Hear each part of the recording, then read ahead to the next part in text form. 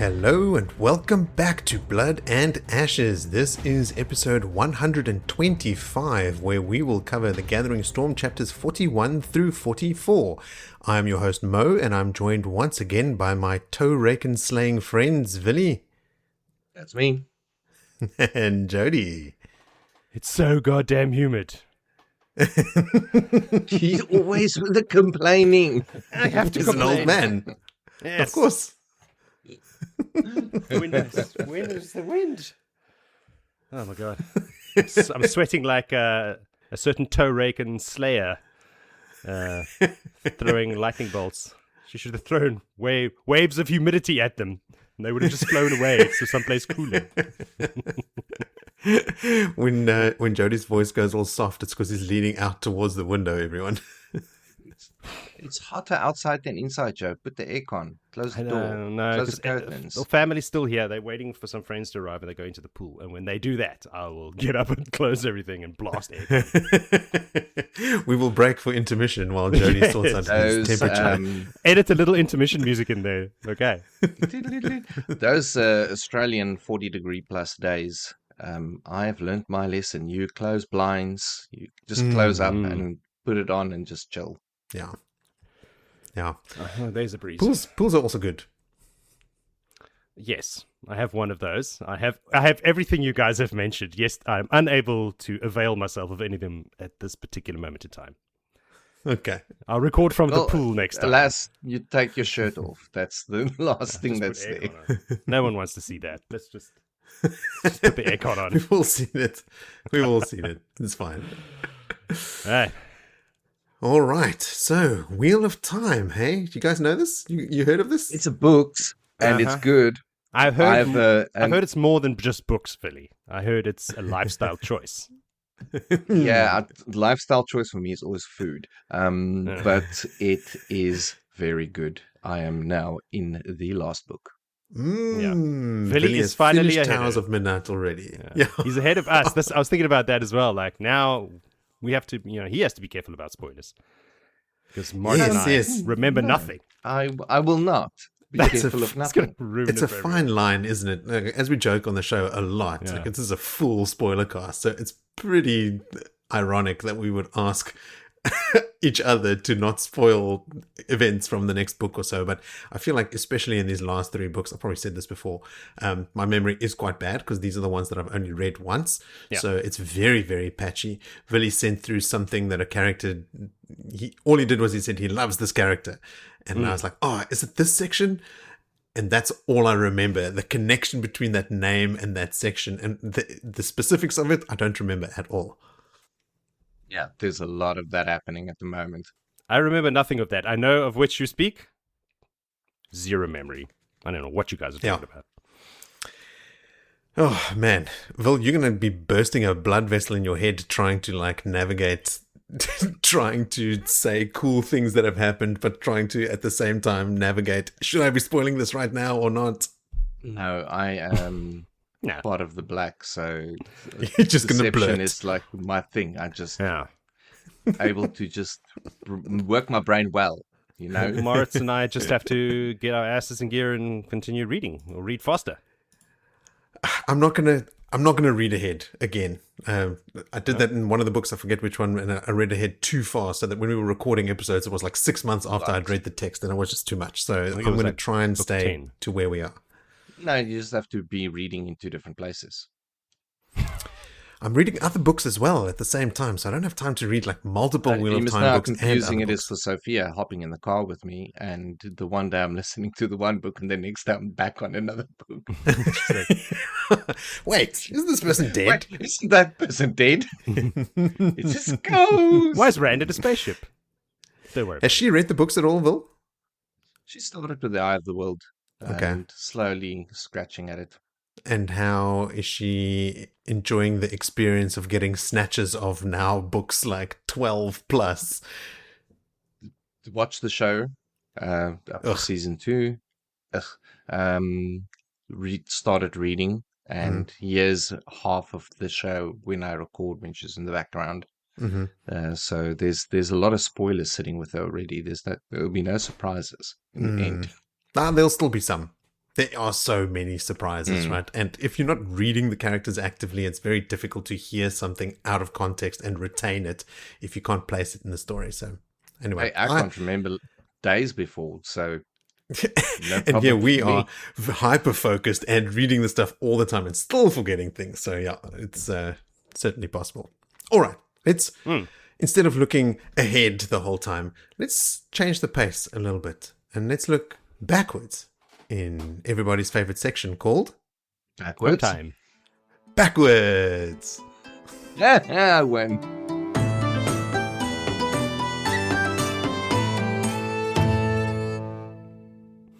All right. In the grand tradition of giving myself corrections, I casually mention Rand going to Mount Doom in the previous episode. I heard that.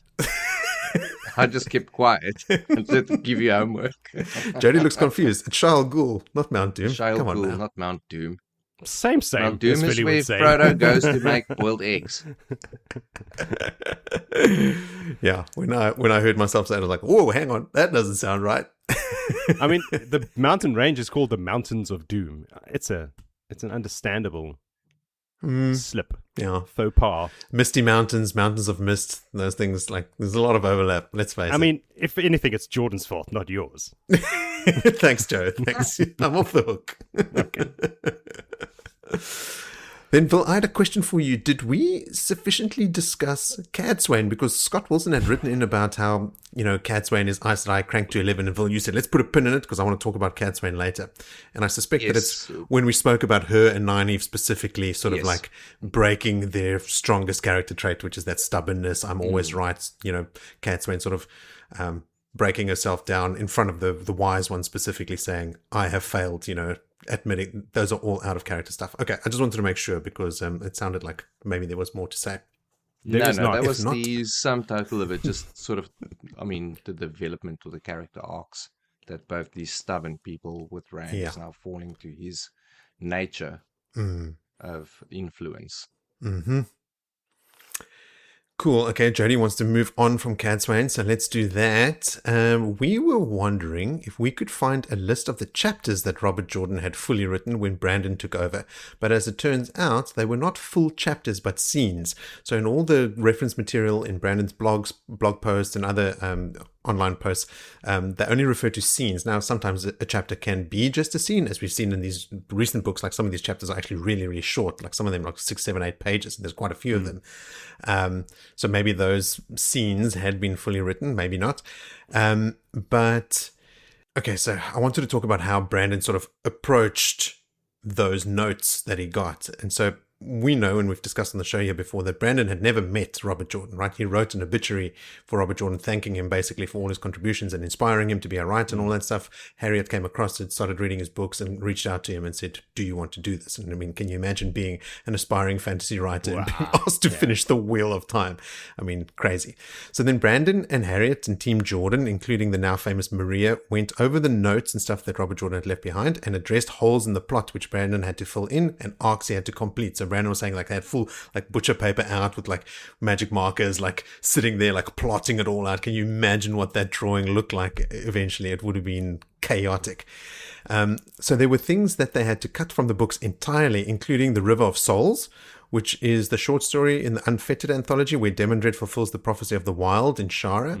So that was actually meant to be in Memory of Light or in one of these last books, or maybe in Robert Jordan's imagining of one final book, right? Like the last 3 books that we have read here or are reading here were supposed to be just one book according to Robert Jordan's design. So that all was actually supposed to be in the book and they had to cut that out. Then apparently there's another section called Fire in the Ways, which is the length of a novella and it centers around Perrin going back into the ways. And this one, unlike River of Souls, is not canon. But it is a cool bit of writing, according to Brandon Sanderson, that supposedly answers some of the questions from A Memory of Light. So I'm going to try and find that. That's in I think it's in the 3rd Unfettered anthology. Yes, I may have that already. Really? Remind me of what it's called again, the exact words? I think it's called Fire in the Ways. I remember searching for this. I think of that. That's maybe the one I couldn't find. Anyway. See if you can find the book. I'll be trying to find it, the Unfettered Anthology. Yeah, just buy the book. Yeah. Volume 3. Because I got volume 1. That's the one with the new spring in it. The short story version. Yes, I think so. And I think volume 2 is River of Souls, and then volume 3 would be this Fire in the Ways, which, according to Brandon, again, is not canon, but gives some cool insights. Cool. Then, here's a cool, happy accident. I was looking up info on Rizal when I came across this section where Matt is talking to Beslin in Winter's Heart. He says to him, "You took that bloody oath to wait on the return. We all did." So Matt's saying in Winter's Heart already, he took the oath. And then he thinks to himself, refusal had meant being put in chains and being set to work on the docks or clearing canals in the Rahad, which made it no oath at all in his book. So he actually spells it out there, like where we assumed from the previous quote in the last episode. I found the section where he actually says it to Beslin and has the thought about how it's not a real oath. So anyway, back to Rizal and the reason why I was looking for her. Was she a servant? Was she a lady in waiting? What does that even mean? So I looked it up. I read all the scenes where Rizal is either present or referenced to see how people refer to her and talk to her. We meet her for the first time in her costume for the Festival of the Birds. Tylan calls her from outside the door when she traps Matt. So like Tylan's busy trying to trap Matt into being alone with her. And then by having Rizal take Oliver to the parade. So Rizal is just waiting outside the room in this costume until Tylan shouts, "Rizal!" And she comes in and then she takes Oliver. She's got a mask for Oliver. It's his size and everything. So Tylan had this whole thing planned out. Oliver's going to be out of the scene and she's going to have her way with Matt. She was helping with the plan, the decoy. Yes. Tylan, Beslin, Tom and Matt all refer to her only as Rizal. But Oliver refers to her as Lady Rizal. But only Oliver. Okay. That's an unreliable narrator there. Totally. Yeah. So Rizal seems to use her natural gifts to get what she wants from men, according to Beslin. When Tom whispers to the men that Rizal makes him play his harp for her before he gets to rest his head on her bosom. And Matt notes at one point that often when Oliver leaves after his reading lessons, Tom slips into her room with his harp under his arm. Beslin is like, oh yes, she makes everyone do something before she, like allows. So is that nobility? Is that a lady in waiting kind of behavior? Seems kind of loose. Yes. Well, so the book. To be fair, if we go on when we met the Terran nobility or the lords of Tyr, they were the youngsters. Who was it? Who was one of them? Ilorian and his dad, and I can't even remember. I want to go find the dad and the son's names now. That it wasn't Ilorian, it was someone else. But yes, sorry, keep going. No, they were loose themselves, drinking, talking poorly about the girls, and yeah, but that was like a Terran trait, and she's not Terran. No, she's Altaran. She's an Ibudan. Yeah, well, she could be an immigrant. True. The book refers to her as an attendant. Now, there are many types of royal attendant.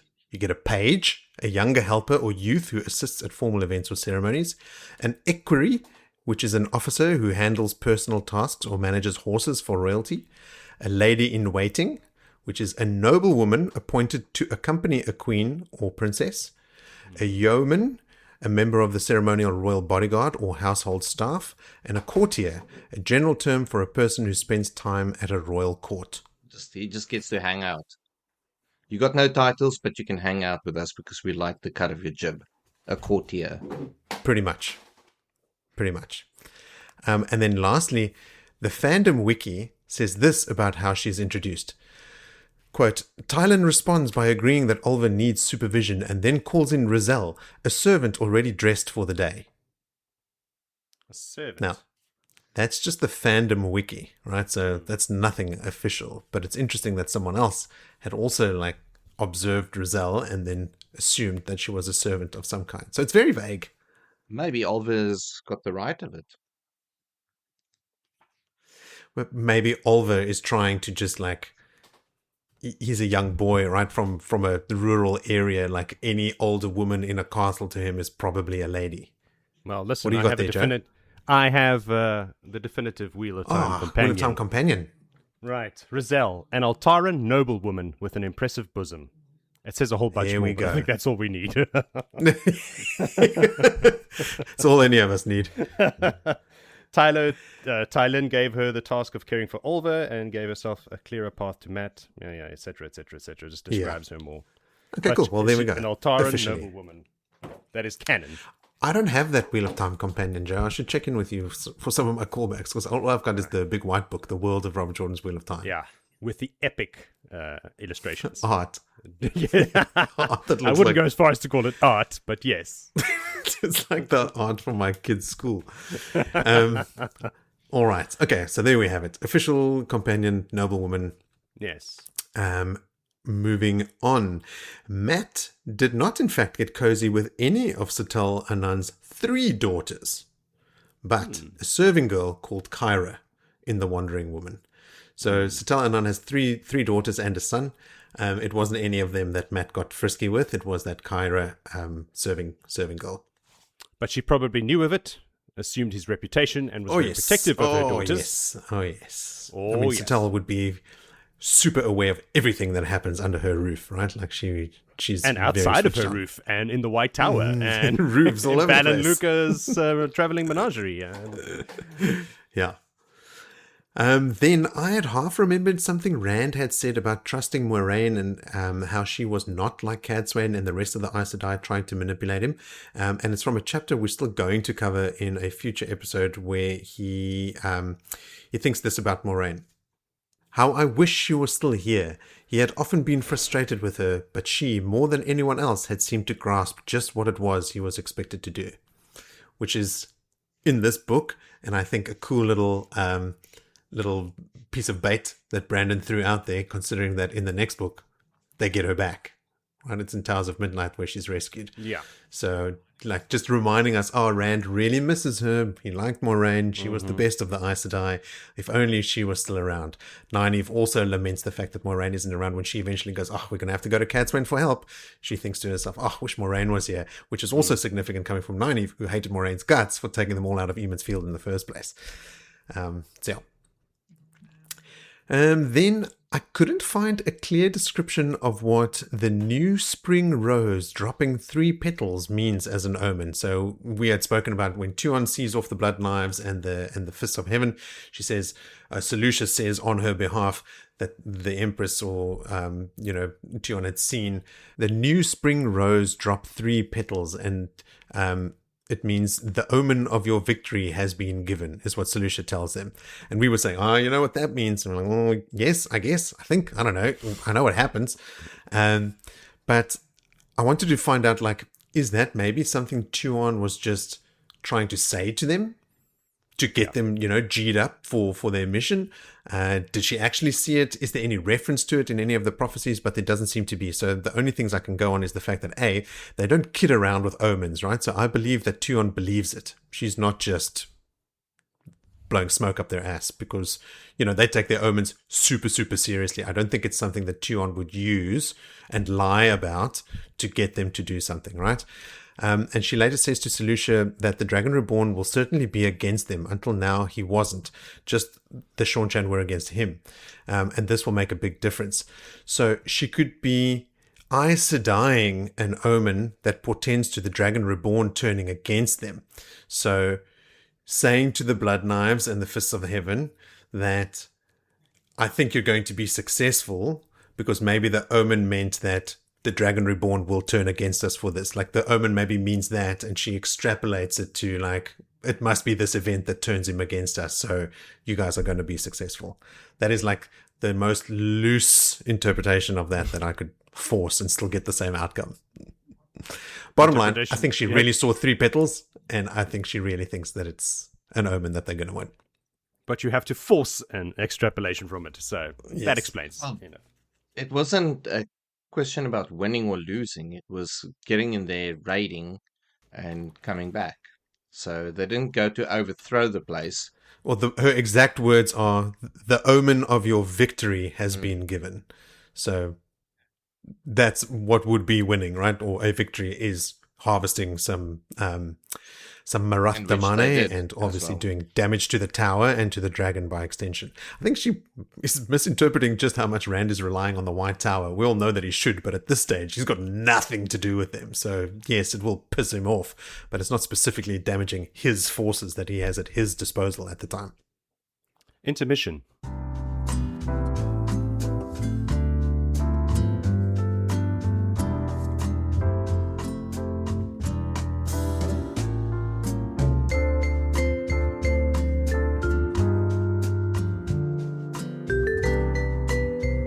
Aircon on, Joe.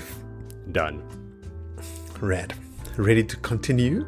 Yeah, well. Are you ready?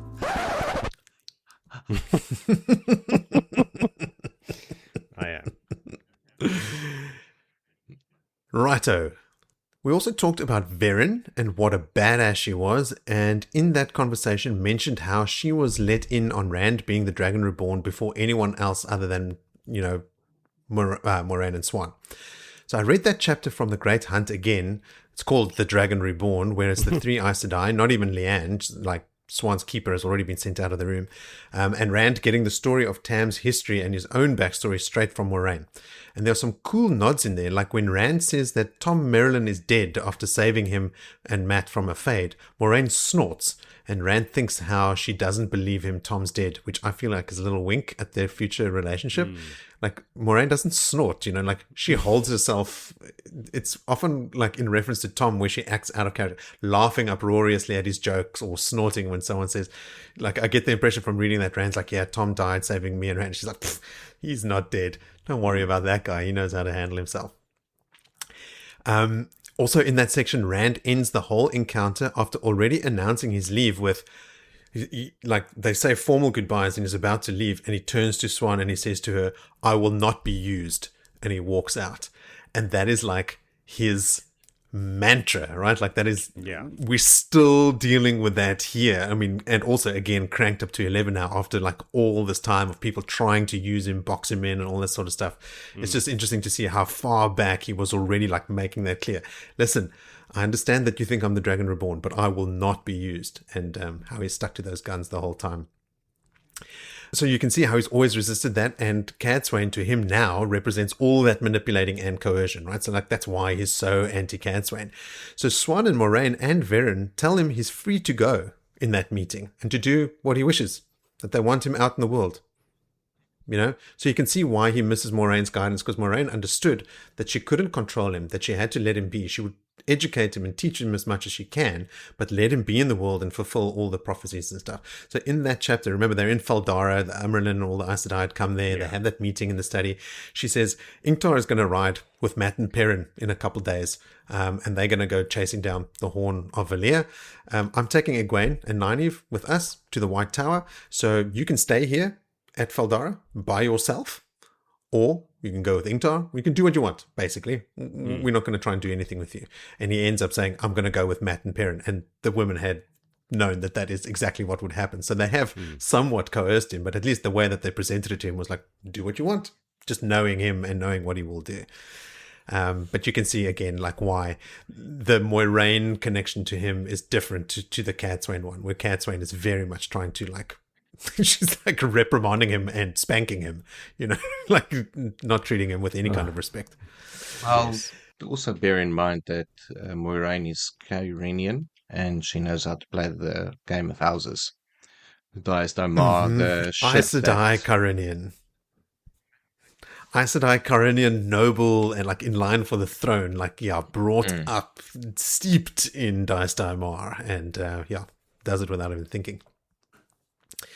And then it was just also interesting, like, because all of this, remember, is just looking back at Perrin, just knowing that in that chapter of The Great Hunt, Perrin knows exactly where the Dragon Reborn is. Therefore, the Black Archer knows exactly who he is, where he is, everything. But I don't think she fed any of that information back to the Forsaken, because for a long time they were still like looking for him when she knew where he was.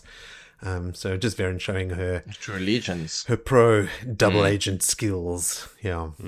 Collecting information on that side and distributing just the bits that she needs to. Yeah. It's interesting reading that old chapter as well. The one just before it is the Blood Calls Blood, when they're discussing this attack on Faldara, when the dark prophecy was smeared on the wall in blood and all that sort of stuff. They're busy talking and they're analyzing the meaning of the prophecy and everything, and then Varen goes, and obviously the man that can channel is one of the 3 boys that Moraine brought with her, and both Moraine and Siuan embrace the source, and Varen just has this tiny smile on her face and she goes, so it is true. And they both gave it away by embracing the source, and so from that moment forward she knows and probably suspects that it is Rand, because doesn't suspect. In the very next chapter called The Dragon Reborn, Siuan is like, Rand, I thought you are the Dragon Reborn, so it is Rand, and Varen knows, and she's been brought very quickly into their super, super small circle. Siuan even threatens Varen. She says because Varen says, I don't want to sort of intimate that maybe you two have known who the Dragon Reborn is and you haven't told anybody else. And Siuan is like, Varen, you wouldn't go so far as to insinuate anything like that, would you? And they have to tiptoe around the subject, but eventually the 3 of them walk out of that room being the only 3 Aes Sedai that know that Rand is the Dragon Reborn. And then my last little bit was, I was hoping to get some cool lore and history on Vorus Angriel that Egwene wields in the White Tower, the fluted white rod. But there's nothing, there's no backstory, anything that I can find. If any of our listeners know anything about it, please send it in.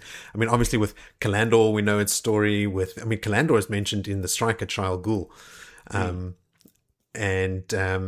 Was it the Striker Child Ghoul? Ooh, I'm lying now. I think it's in the... I thought you meant the Lost Battle. It's the glass pillars, the glass columns, when Rand looks backward, back in time. There's a scene where that one Aiel servant walks into a room where the women are talking about Kalandor and sending it somewhere, and they've got this weapon. We know about the Kuden Kal. We even know Sakanen from the River of Souls. We know where that comes from, and that it's in 2 pieces, and then Demandred had to find the 2 pieces and put them together. He had to fight a worm to get it, he fulfilled a prophecy to do it in Shara. So all of them have cool stories, but this really, really powerful one that Egwene was wielding in the White Tower, I was hoping that there'd be a cool story for that as well, but I couldn't find anything. It's the same one, again, that they used to heal Mat as well. Yes. But enough gas bagging from me. Let's hear from our listeners in some listener contributions. And in a slight change of tradition, I will have you guys read the messages. I almost said emails, but they come in various shapes and forms. So, Willie, why don't you read us the 2 messages from Leith Tussing? Leith writes about listening to us and hearing the talk of Mat and the bench, and that bench and how that reminded him of Egwene and her horrible folding chair in the camp that kept collapsing on itself. And he was just wondering if it was Brandon creating some sort of a link to then show the differences between the 2 of them in the way that they're handling it. She's going on with it, and he's toss it in the fire. Go. Yes. It might not be creating a link per se, but it certainly is showing how the 2 of them react to a similar situation where Egwene is all stoic, regal, leader type, and Mat is just a brash, dare I say it, man about it. Pragmatic. There's a third. Pragmatic. Pragmatic. There's a third yes. stool. In my chapter of today, when Nynaeve goes to speak to Cadsuane right at the end, and she's like, well, screw you, I'm taking control, I'm not going to be subservient. And she pulls up the only stool that's left in the room to sit on, and she sits without permission. And it's a tiny little stool, and she's below Cadsuane's eyelid, and she thinks, oh God, I should get up now, but no, I can't get up. I have to sit here. This is going to look even worse. And I was like, again with the stools? Yeah, but it wasn't a rickety stool that folded upon itself. Yeah, but I mean, the sitting down in the presence having to keep your composure. Yes, when you're sitting down on in the presence of other Aes Sedai. All 3 occasions, Aes Sedai were there, and whoever's on the stool is thinking, "I look like a moron. I've got to do something about the stool." Yeah. I don't know what that is. What's the subtext there? I don't know. Don't sit on stools. Be like the Aiel. Sit on the floor. There you go. Stools are evil. How about part 2, Vil? We were all talking about Lews Therin taking over Rand's mind, but we should be reminded that Moradin's in his head too there due to the Balefire link. Mm-hmm. And on the latest read around, it feels to him that somehow it shows more the nihilistic behavior of Moradin are coming through in that link. Yeah, that's what I remember Vol, as well. You were saying like there's a lot of Lews Therin coming through here. And Leith is just saying, we've spoken about it, right? And specifically used the word nihilistic as well. That Moradin is the only one of the Forsaken that actually wants to see the Dark One win so that he can destroy reality because he thinks it's all pointless, right? Like, so it's just pain and suffering for no reason. So just break it all. So yes, that's absolutely true. Like a lot of Rand's behavior could be seeping in from Moradin, as we've seen on multiple occasions. Yeah, the difference being that with Lews Therin seeping in, it's Lews literally saying, we should kill them all. Like, very direct and clear. And whereas Moradin is just kind of like a vibe. You know? I just feel kind of down today, guys. You know? What's the point? Why should we even carry on? But doesn't know why. Yeah. Cool. Thanks for that, Leith. Okay, Jody, if you could read, this is a fairly long message because Cole McBroom sent in 2 messages which I've kind of just smashed together. If you can read us that message. Cole McBroom. Awesome name, by the way. With Grandel's safely taken care of and very definitely removed from the board permanently. Yes. It's probably due to me saying in the last episode, oh, he got her, it's done. I'd like to nerd out a bit on why she's one of my favorite villains. Her modus operandi is simply one of the most unsettling of any horrible character that I know of. Back when she was just a Camarilla from the block, she was a famous aesthetic. Like a vegan, but for everything, and a psychologist. So Moritz over here kindly put the definition of aesthetic: describes a person, lifestyle, or habit that avoids physical comforts, luxuries, and self-indulgence. I had no idea about her history, so like the fact that when she went to the dark, she just embraced everything she previously abhorred. Yes, exactly. Yeah. So that was cool to know. She was the best in the world, in fact, at understanding how the human mind works better. When she shifts her allegiance to the Dark One, she brings all that knowledge of how a mind works with her and puts it to fantastic, horrifying use. When Moghedian uses compulsion very subtly, Grendel generally just scoops out the entire consciousness out of a person and replaces it with game AI. She is able to reproduce a controlled facsimile of human behavior, decision trees, or state machines written directly into the neurons of her victims. What? Yes. No, I understand. She's saying that she's basically putting a new mind in that person. Yeah. It's kind of like Westworld with the bodies. Those words are not any words I would have put into a sentence in that order or any other. So yeah, Westworld. Even worse than that, it appears that she leaves the mechanisms for memory intact. The torturer's apprentice shows us that her victims are able to gain new memories while under her thrall. We can assume that's probably true of all of them, which means every one of her pretties is witnessing themselves dance and sing like puppets.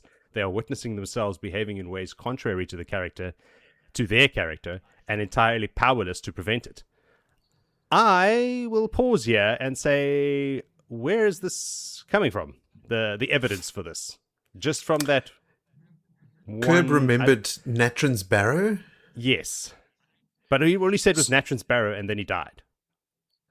Like, so I don't know. Means that he has a memory. I mean, yes. Yeah. Cole is sort of extrapolating here. Yeah. The extrapolation evidence comes from Morghese and her description. But that was Ravin, so we're talking specifically about Grandel's compulsion. If it is so deep that she's basically scooping out your mind and placing another mind in there, I don't see how the memories, like your mind's not there any longer, based on well, maybe that section is left sort of unchecked. Like you're still writing memories, new memories. There's a lot of maybes, is what I'm saying. Oh, yeah. Yeah. Well, like we the live in idea that they're Maryland, yeah. trapped inside their own minds, watching from the outside and not being able to do anything is one thing. And the other thing is having their entire mind scooped out and replaced with game AI, in my humble opinion. I like everything Cole has said here. No offense, Cole. Yeah, so what Cole is saying by using the language you wouldn't use is she's able to reproduce a controlled facsimile of human behavior decision trees and or state machines. So like that's just a logic algorithm for making decisions. So she's put a new operating system in, but the hard drive with all the old files and stuff is still there, and new files are being created.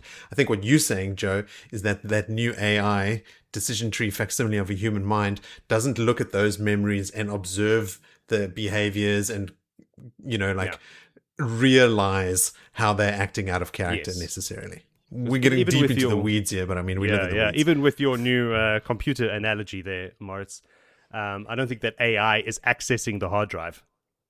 I don't think that... No, maybe not. Yeah. I know too little about the AIs. And there are so many of the AIs. All right, so they don't vanish into a fog or just forget a few hours. They witness their own humiliation constantly and consistently. Look, we've discussed that part. I should have stopped after that. That is why Rand has to punch her in the nose. He has no chance of winning a game of stones against the category of mind that is so expert in the subject of mind that she can turn a living human into a very convincing android. Agree, 100%. Rand doesn't stand a chance. I may as well step into the Rand isn't Rand, he's loose Theron debate while I'm here. It's thematically tied to Grendel. I don't think it's an accident that the main bad guy for this book is a psychologist. I had never considered that before. That's me and Jody talking. Like, wow, yeah, like going deep into it. This is the kind of feedback that we want from the listeners as well, because there's a bunch of stuff that we will never even consider. Rand's mind is there. The climatic battle of the book takes place, and it's a conflict that has been brewing since book 1. Yeah. Rand's mind has been tormented since Winternight. Like all human minds, if you're hurt enough, it will try to distance itself from the reality that is hurting it. It will cut segments of itself off and invent characters that are apart from the self. A person's identity begins to unravel, and in the wheel of time, the unweaving of a mind means that the old life's thread can mingle with the new. The memories of Luce Theron Telemon leaked into the injured mind of Rand, and Rand did not want them, so his mind assigned them to a character external to his core self. Mind blown. I fully and ultimately understand everything that's happening with Luce Theron Telemon. Forget everything I've said in the last 5 years. We've said something along these lines, but keep going. Yeah, but I mean, sometimes when somebody just explains it in a certain way, it finally, like, I understood it, but clicks. Now it's like clear as day. Yes. Yeah, yes. It's like, I will not believe anything else ever again, no matter, until someone else says something in a really clever way that makes me click in a different direction. That's allowed, Joe. I'm so easily manipulated. So, a real fetish, not the lewd thing. I'm fairly sure that this is what Wait, you missed a part, Joe. It's not the Luce Theron we see. Yeah, because you're in the document too, Moritz. Your little blue cursors were distracting you. Sorry. This is where you are. There you are. Thanks, Moritz. The Luce Theron we see through Rand's external experience is a made-up character, a fetish that holds the horror and pain that Rand wants to keep external from his own identity. A real fetish, not the lewd thing. This is why fetish makes sense here. I'm fairly sure that this is what Semirog means near the beginning of the book when she says that the memories are real, but that Rand is insane. I'm like, yeah, now what she says is obvious. Because she knows exactly what's happening. She's seen it before. It is also what makes the end of Veins of Gold possible. Luce Theron never was in Rand's mind. He never spoke to the madman. Rand was just mad. Right. It's there. Canon, people. Thanks to Cole. Great perspective. And I am going to pick it apart because it doesn't fit my narrative. Yes. I don't have to do it right now. I need some time to prepare. Okay, cool. He needs to write some notes. Email them into the show. Leave a voice note on the website. This is exactly what I was saying in the beginning, right? That Rand created this thing with the memories, this other personality. But what Cole has done here is explain like how that's actually something that human minds have been proven to do, especially from all the hurt and all the pain and stuff, right? So all the ugliness they kill them all. Like Rand doesn't want to be that, so he's created this other personality in his mind that does want to do all the things that Rand doesn't want to do. And the memories from Lews Therin, what Cole also put here quite well is like if Rand's psyche, if his personality, his sense of self is unraveling, it leaves space for those memories to come in and actually fill those holes, and then Rand can bundle them up as a whole other personality with its own memories and its own personality and everything based on the memories. But Cole has just said it much more eloquently here than what we've ever stated it. Yeah, that real aspect of humanity is not something I linked to what's happening in the books. No. And this also, because this has fascinated me since I was a kid. I watched a movie called The Three Faces of Eve. I want to say it's like 1952 or something, black and white movie, and about this woman, Eve, who has 3 distinct personalities, multiple personality disorder. It is magnificent and has stayed with me my entire life. So shout out if you haven't watched that movie, The Three Faces of Eve. Go check it out. There was another good one. What was it? It was a John Cusack movie where like a whole bunch of strangers meet in a motel, and like as people start dying and stuff starts happening, they realize they all have the same birthday. What was that? Ooh, I'm gonna have to look it up. Remember, it's raining all the time outside. Yeah. That was cool shit. I like that. That's what I'd always thought, actually, Jody. Like exactly the real world example, but obviously I couldn't get it across in a succinct and eloquent enough way to have that idea. Or maybe I just didn't want to hear it from you, Moritz. There's a third option. Oh.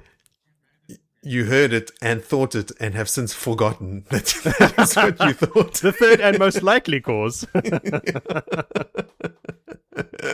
Yeah. Oh, but thanks for that call. Yeah, that is a great layout there. I am 100% agreed. That is how it is in my head as well.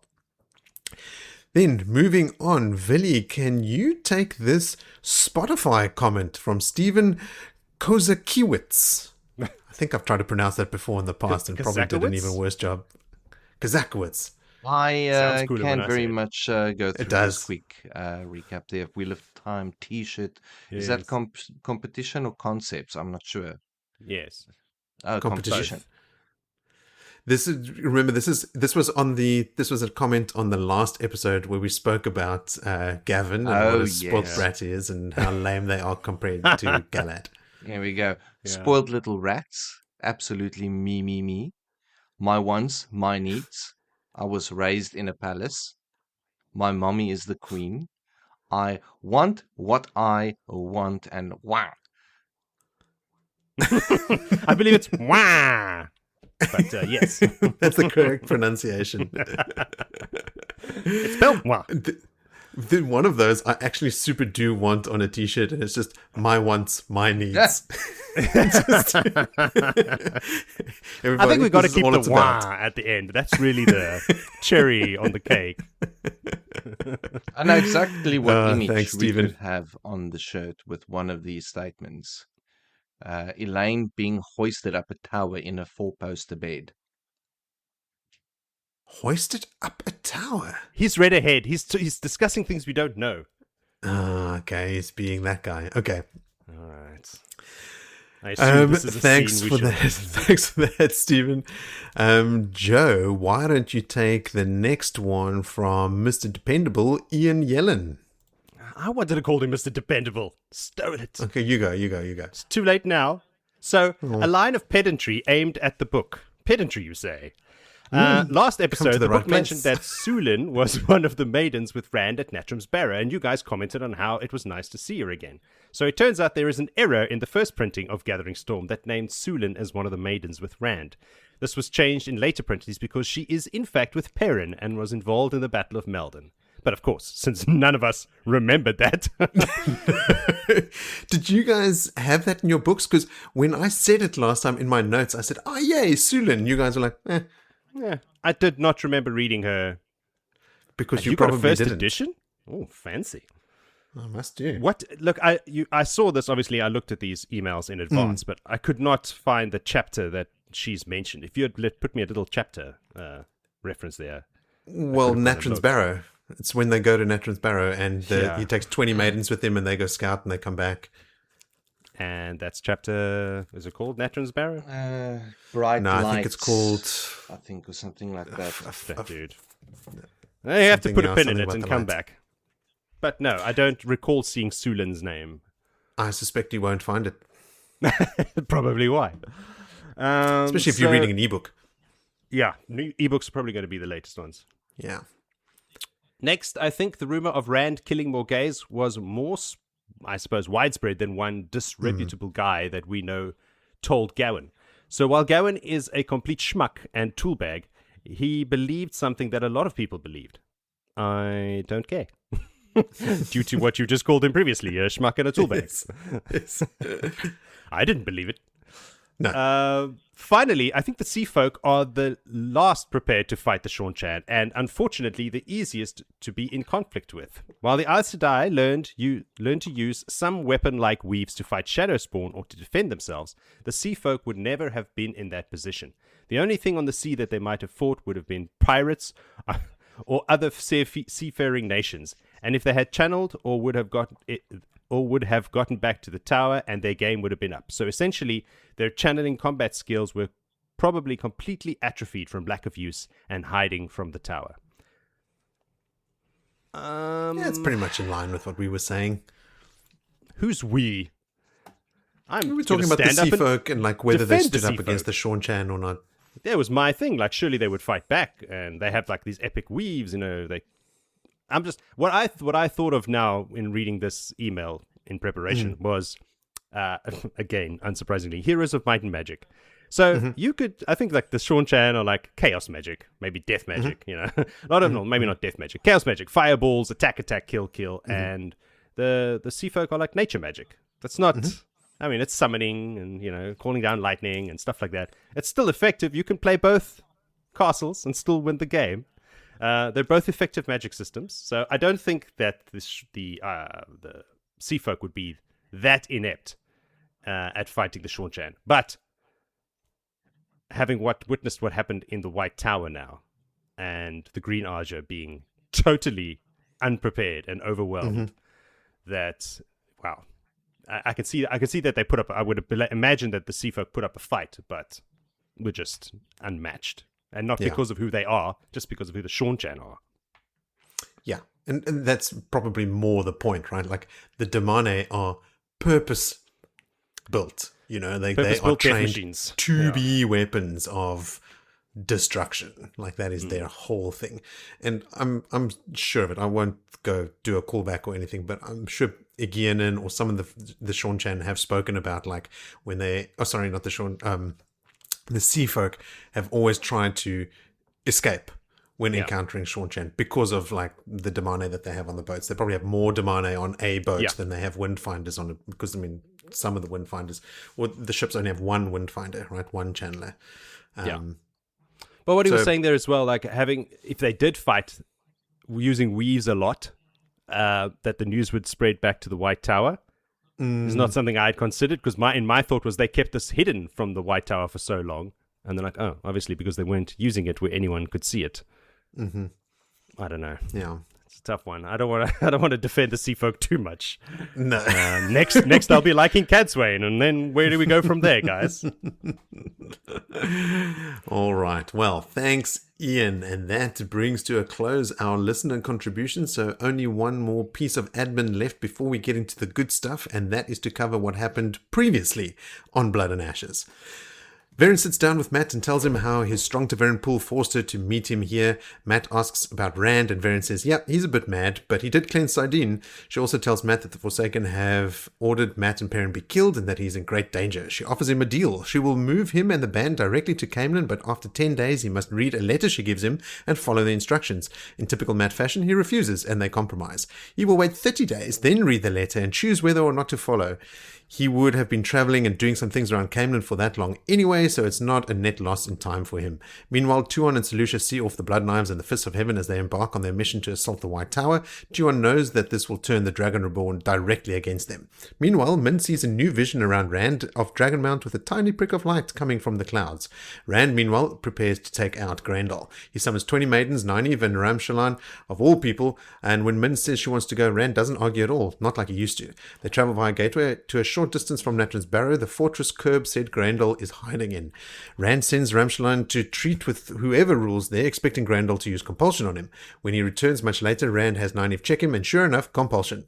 This is all the proof Rand needs, and he uses the Kudenkaal to wipe the entire fortress and all of its inhabitants from the pattern with balefire.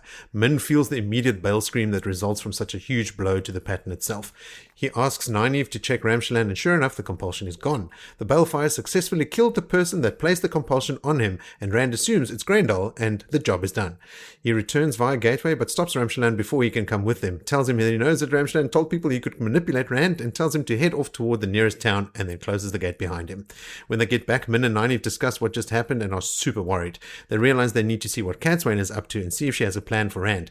When they get to her home, they find Cadsuane sitting and plotting with the Wise Ones. She tells them the events in return for being included in their plans, and Cadsuane asks Nynaeve if she can be obedient, and Nynaeve begrudgingly agrees. She must help Rand. So Cadsuane tasks her with finding Perrin. Egwene and Siuan are meeting in Tel'aran'rhiod, and after discussing strategy, Siuan tells Egwene that Gavin is in the rebel camp. After Siuan leaves, Egwene uses the need mechanic in Tel'aran'rhiod to be taken to where she needs to be. She visits the Tinker camp, and while contemplating things, she decides to bond Gavin as a warder. She is awoken in her cell by the Reds getting ready to beat her again, but Catelyn intervenes and tells Egwene that she will return to the novice quarters because Sylviana has taken the responsibility of Egwene's actions since she is a novice under her care. Catelyn has been made the new mistress of novices and is eager to start quote-unquote teaching Egwene. Catelyn leaves and Egwene is escorted back to her room in the novice quarters, now up on the level where the brown quarters used to be. Along the way, Seren comes to talk to Egwene. Seren tells her that the Reds are not taking Egwene's release well and see it as a failure of Elaida. She tells her that Sylviana was arrested after demanding that Egwene be released, and Elaida deposed, and that Elaida ordered her stilled and executed. The Hall had not made a decision.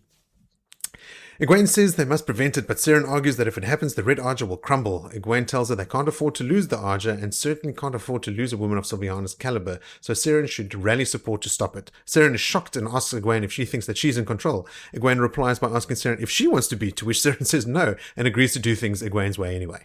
Egwene tries to send her Red escorts to go to stop a terrible thing from happening to their Arger, but they are reluctant. So Egwene sends for a cup of fork root and downs it so that one of the Reds can go, and she does. Back in her room, Egwene is shocked to find Verin waiting there for her.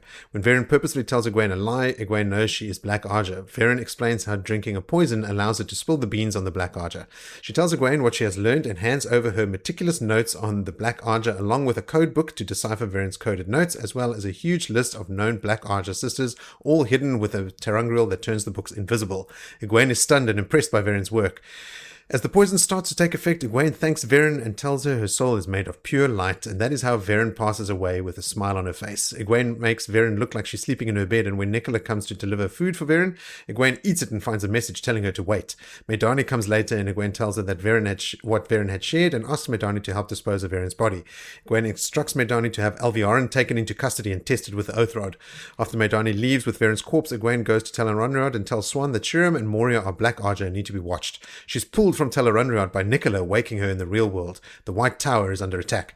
Siuan thinks this is strange, and when coupled with reports to Gareth Bryan that the White Tower seems to be under aerial attack, she decides to go rescue Egwene despite being ordered not to. Gareth and Gavin eventually agree to go along with her with some troops. Gareth has two conditions, but he only shares the first, that Siuan bond him as her warder, and she does. Along with Nicola and some other novices they find, Egwene manages to teach them to form circles, and she is now able to draw more than the trickle of Saidar, the fork root, allowed her. She weaves a gateway to the Ungriel storeroom and grabs Vora Sir Ungriel, the white fluted rod and the most powerful Sir Ungriel in the tower. And finally, we switch to the point of view of Adalorna, the Captain General of the Green Arger. She is fleeing from roving bands of Seanchan now in the White Tower. A group with Damane find her and actually collar her, but almost immediately the collar falls off again and the troops in Suldam are destroyed by fire. Egwene and her band of novices have arrived, and they are kicking Seanchan ass and taking names. Egwene immediately takes charge and tells Adalorna what to do. She weaves a gateway to the Ungriel storeroom and tells Adalorna to retrieve as many as she can to aid the other sisters in fighting back. And that brings us mid-fight to today's first chapter, which is chapter 41, A Fount of Power. Joe, can you please be our fount of knowledge by relaying the events of this chapter? I will be your fount. But first, just to break the rhythm, the Bale scream is a reverse ripple. It starts the further you are away from Natrin's Barrow, it's in the past, and then it works its way through distance and time to right next to Natrin's Barrow in the present. I thought that was really cool. I thought it goes the other way.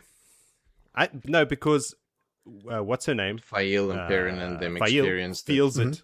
She's not at Natrin Barrow. She's far away in distance, and she feels it first or last in time. Yes. I'm sure there's other people that time felt it, but they didn't get little segments in the book.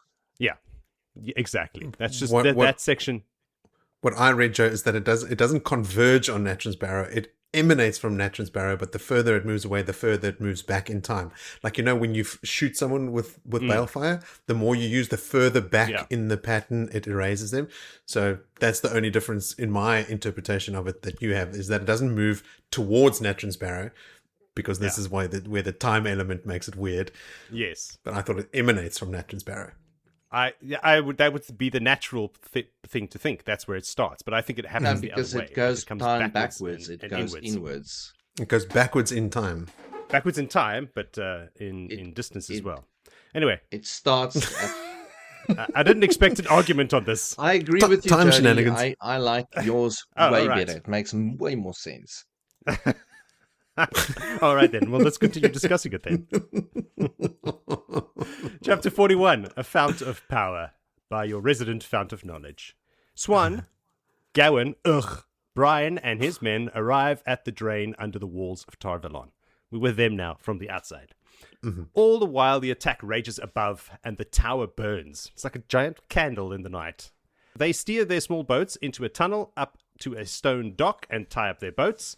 It leads up to an alleyway and out onto what is now the empty streets, obviously. People are hiding in their houses. The soldiers brought with white tabards with a flame of Tar Valon on them to imitate the tower guards, and they get dressed in those. Brian asks Siuan to conjure 2 globes of light, and then the illusion is complete, enough for them to walk through the streets in the open. What's more natural than an Aes Sedai with her 2 warders and 100 or so tower guards?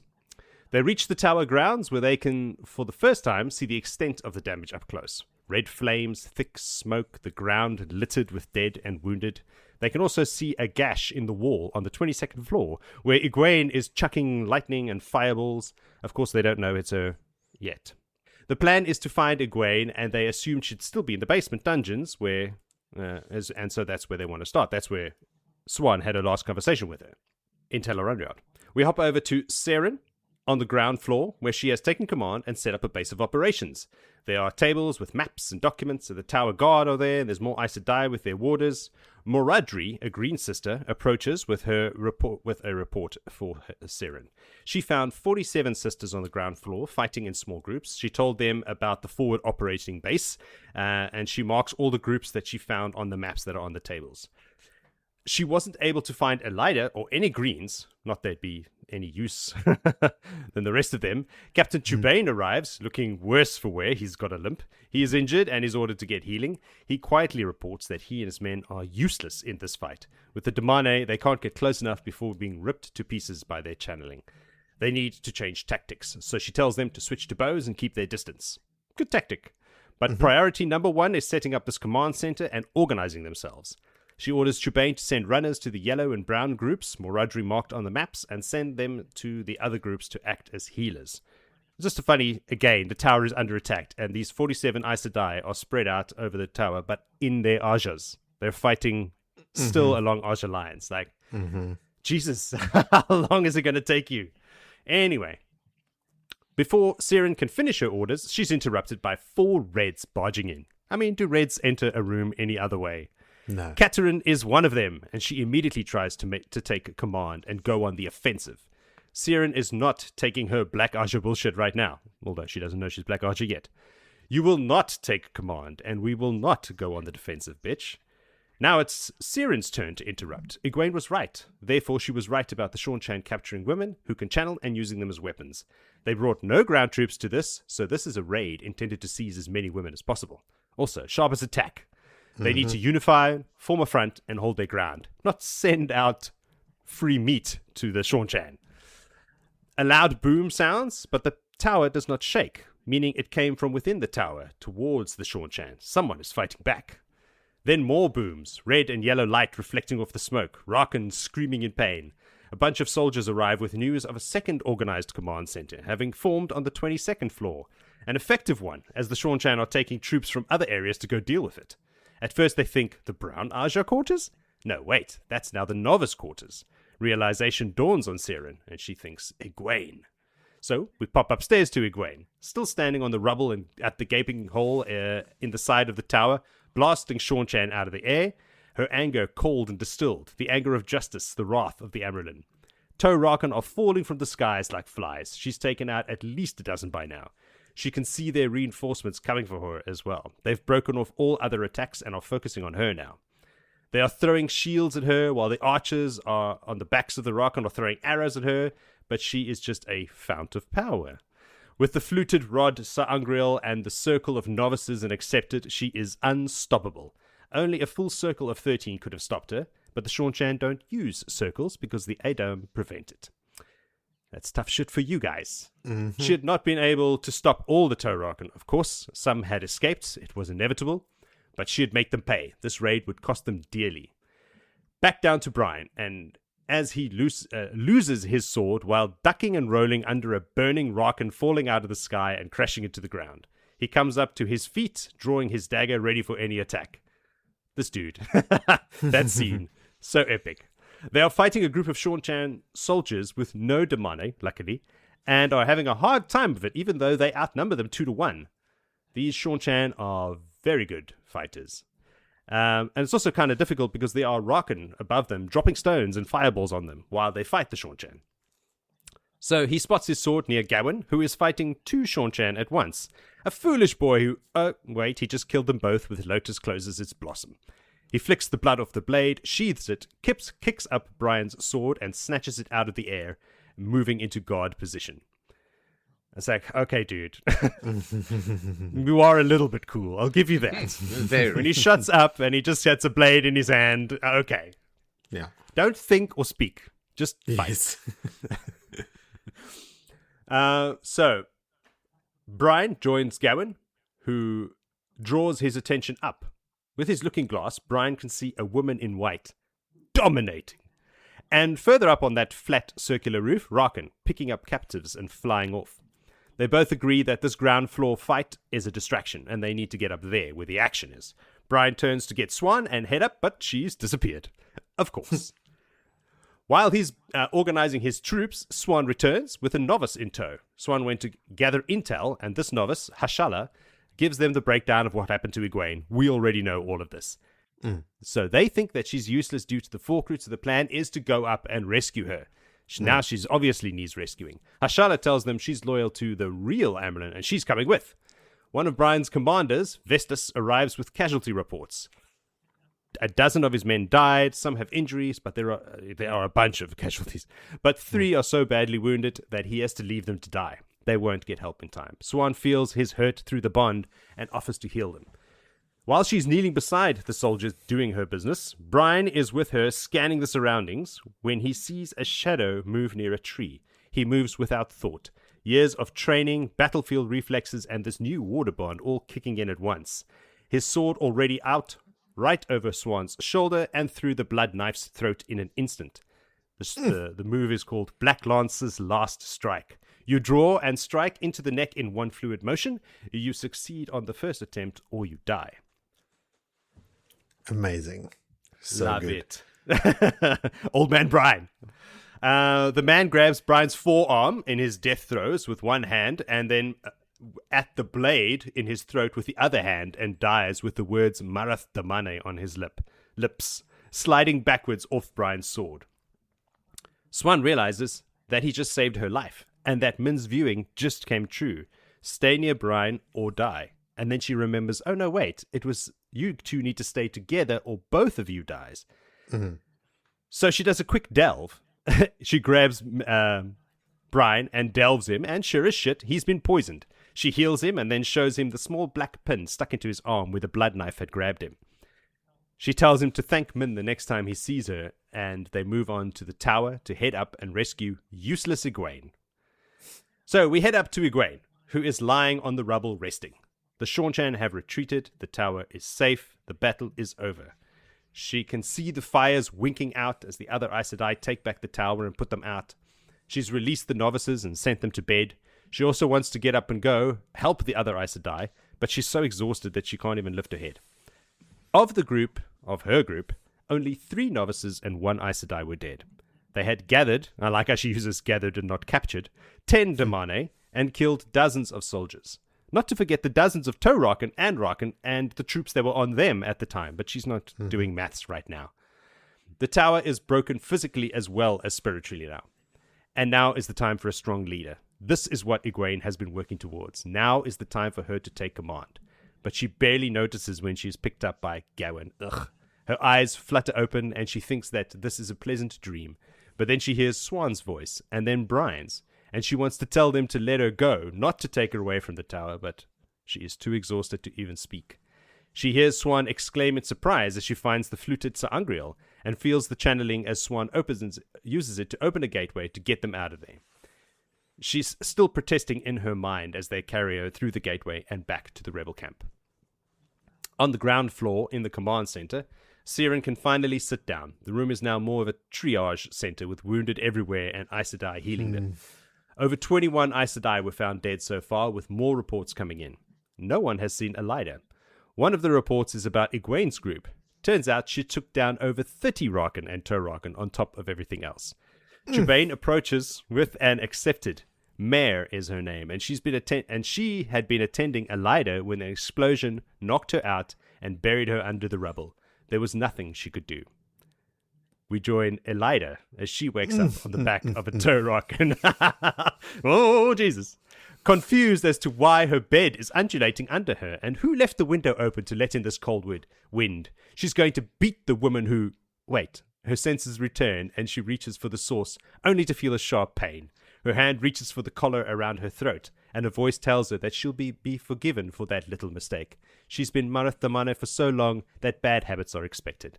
But she will not reach for the source again without permission. Do you understand?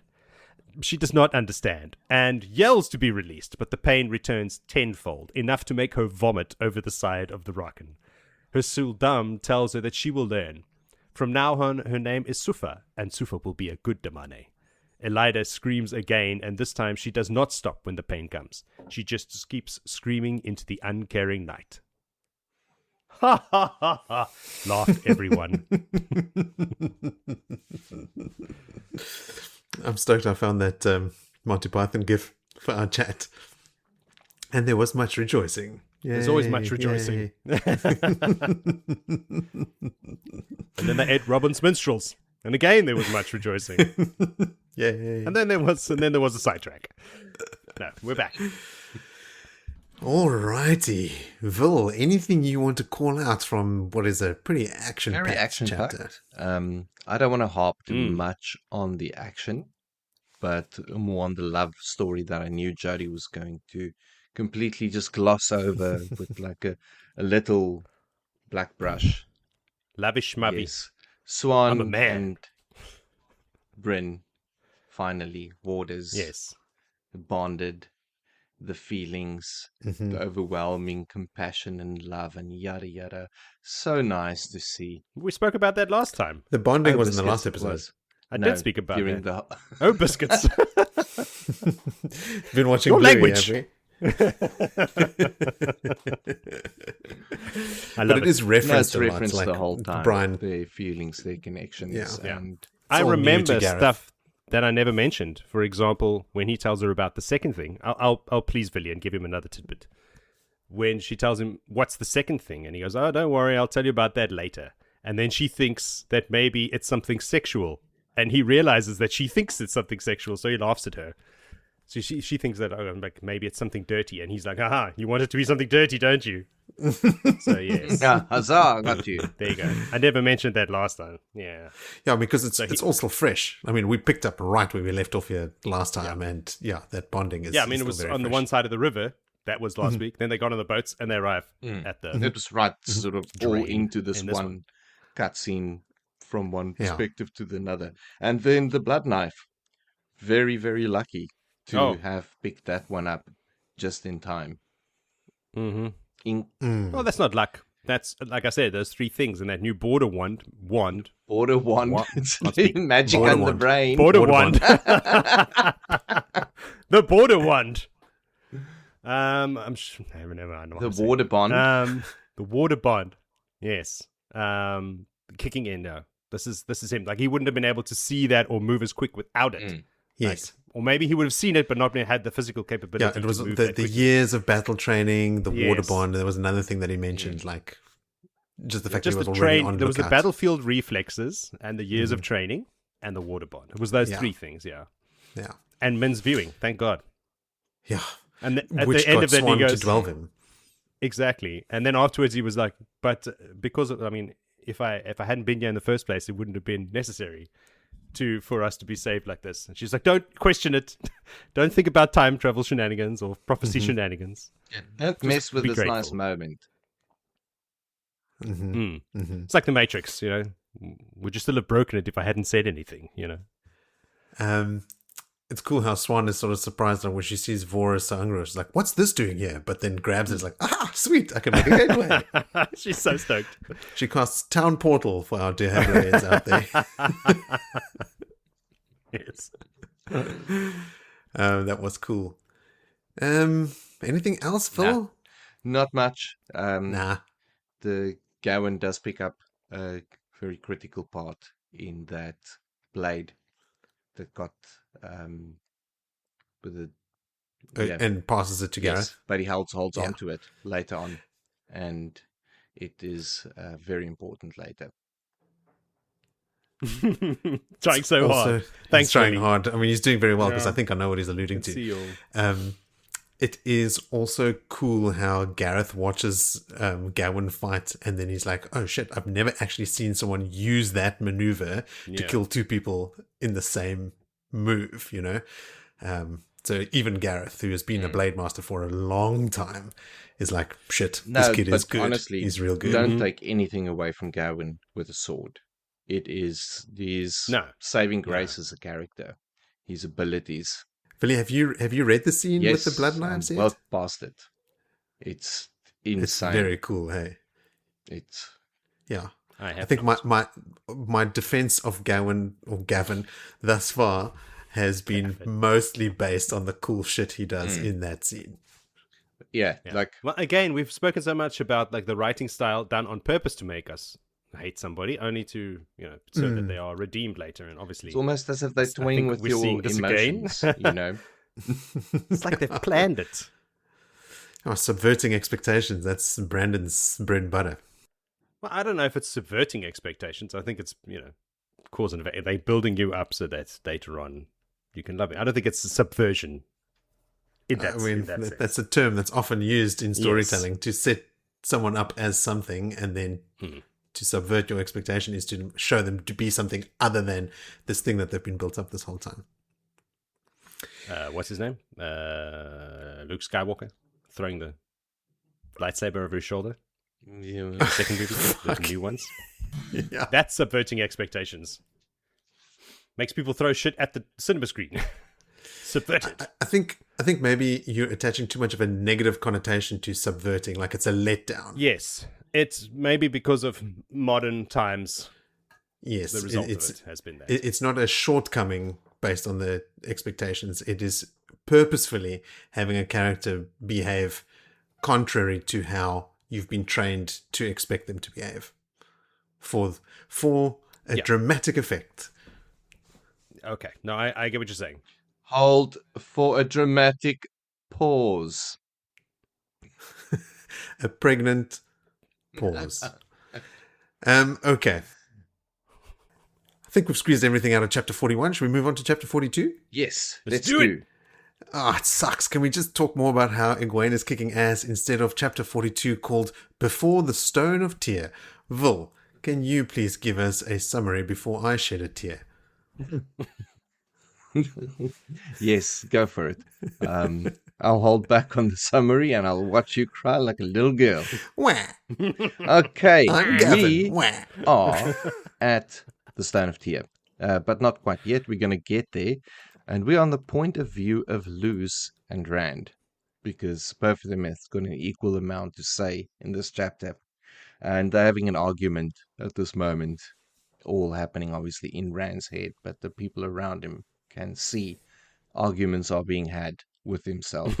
Something is going down. Yes, because Lewis don't know the names of all the women that was just killed in that Balefire event, and that's irking him. They have to be on the list. You've got to put them on the list. You've got to remember those names. And Min can see that something isn't really good, but Rand is not sharing. He's not in a sharing or caring mood at all. And as he surveys the scene with commoners and rags and the streets and just the whole feel, and him having made this decision to leave Aradoman and leave them to their, well, just to themselves, like, you're on your own. I'm out of here. And it gets even better. I tried. That'll figure out. I'm out. Peace. Bashir's there and informing Rand of his wishes that were filled, which was obviously the merchant council should be all freed now. Told, raise other merchants into your council, vote for a king, and let him deal with the shit. And he's like, this is not going to happen. They're just going to run and flee like all the rest anyway. But Rand is not to be dealt with really nicely at this moment. He commands a gateway that gets opened. And before he goes, there's a cry from the crowd, Lord Dragon, wait. And it's the dockmaster. It says, everything's fucked now. Like all the food, every barrel, every bit they've opened, in the stores, in the boats, they just all fucked. And he's like, well, what do you want me to do? And Rand just rides on through the gateway, leaves him standing there, sort of like sheets dribbling from him, tears running down his cheeks. The Lord Dragon has abandoned him, my lord, as he screams. Rand kicks Tidai Shah through, leaving them to their own fate. Juxtapose the cheers of the returning triumphant Lord Dragon in Tyr as he sees the tears from behind at not Tyr, but Aradoman. Yeah, I'm getting confused now. He rides from tears to tears. No, right. I got confused in the section. I thought, like, when he was riding through the gateway into Tyr, I thought the people back in Aradoman cheering that he's leaving. Were cheering that he's leaving. They were crying. They got no food. They got no shelter. They got no king, and they got no Dragon Reborn. They got nothing. Buddies. And Sean Chan on their doorstep. Yes, life is shit. And no Rodell Iterolde. Yeah, he's off at the Borderlands doing the Borderland army. But the Borderlanders are down here by us, so yeah. Don't worry, they got a heal. Oh. Anyway. Subverting expectations. All right. Anyway, Rand trots through the cheering and it continues. But he notices that the Tyr isn't just for the Terrans anymore. There's quite a mix of people there around. After all, refugees come from everywhere. Bashir scans the crowd, informing him that he's got information that rumors are spreading in Tyr like normal. That's nothing new. Min and Nynaeve at this point, and we've already read this perspective for this point of view from Min's side, they have already trotted off, and Rand sort of thinks to himself like, probably gone to seek out Cadsuane. It's exactly what they went to do already. Yep. They've already went and had the conversation. Rand, you behind in the run rate. Bashir asks Rand about Iterolde, if he's going to inform him or anything, and he's like, no.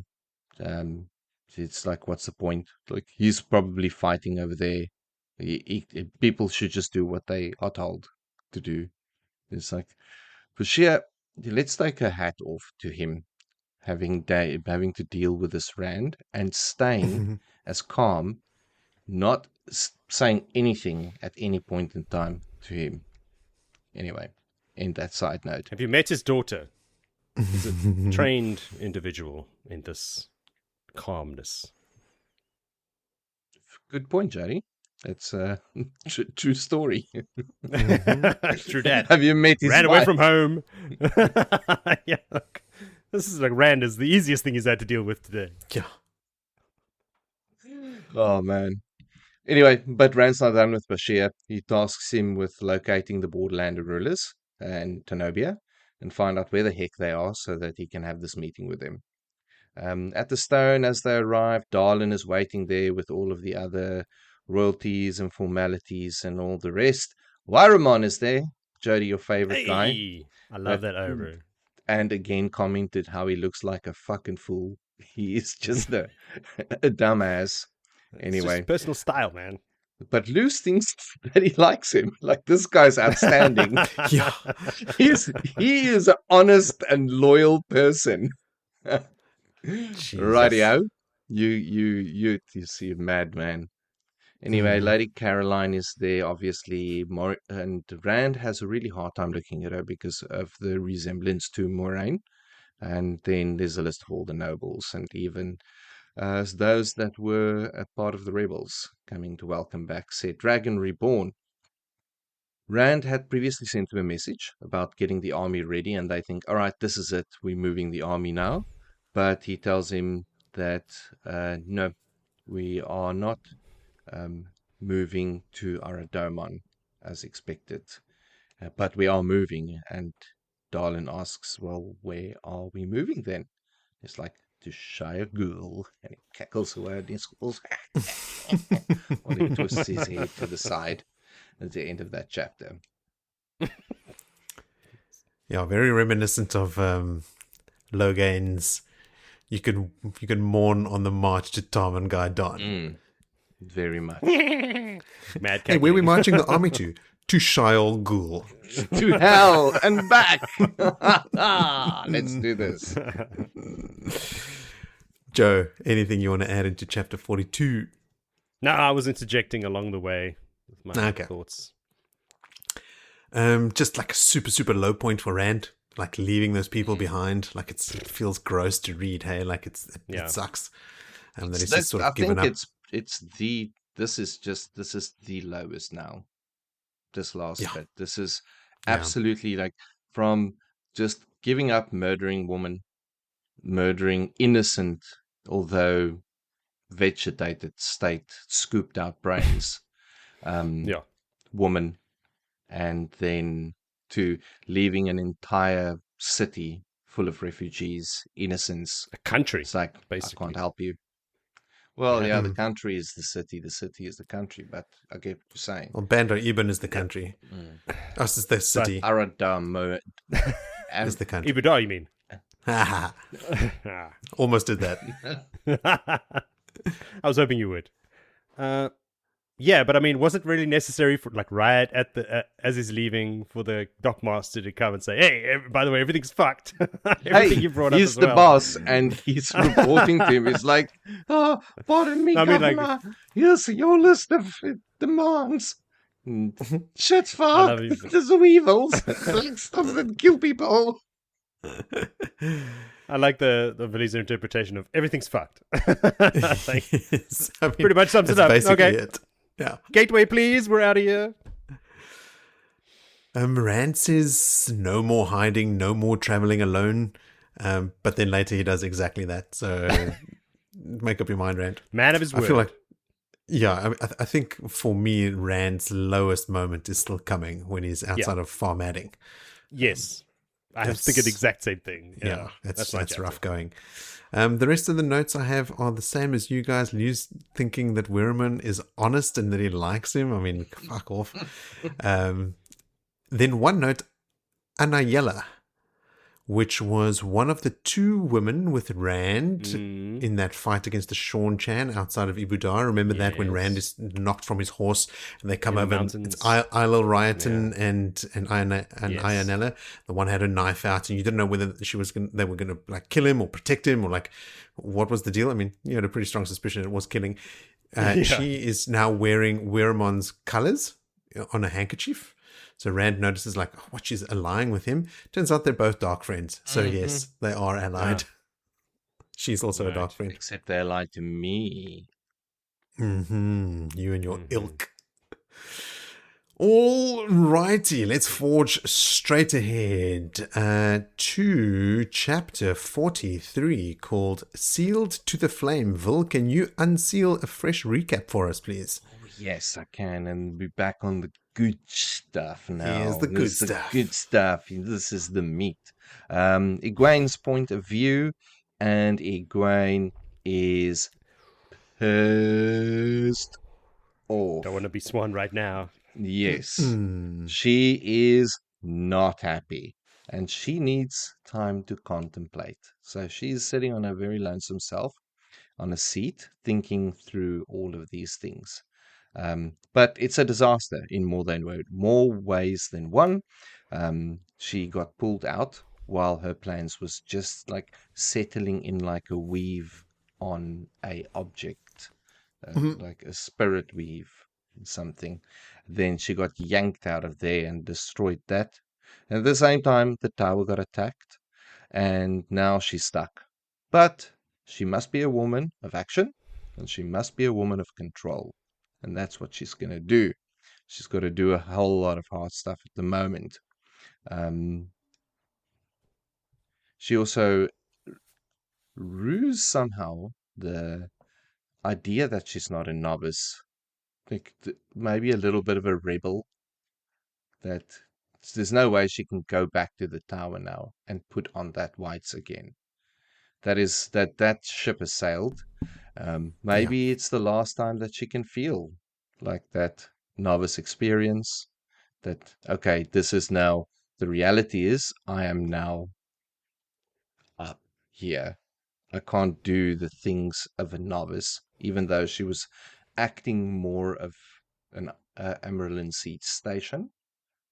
But she can't do the things like she would be able to. Now that she's something. been away, she can't go back again and subject herself to being a novice and drinking fork root again. That would be too obvious. Like, what are you getting out of this? Like, that whole ploy, that whole angle of attack is now no longer an option. No, now you're just a troublemaker. Anyway, and again, that's more than the plan being really spoiled. So she decides that this is the time now. We've got to strike. The tower's weak. 3 days from now, the Aes Sedai will be rested. They'll be healing a lot of people that attack to get stole. So it's time to move on the tower. I mean, at some point, you got to shit or get off the toilet when you've got an army of 50,000 besieging a city. So, yep. She gets up and leaves the tent. And guess what? Gavin is lying outside there like a puppy that slept outside his owner's tent.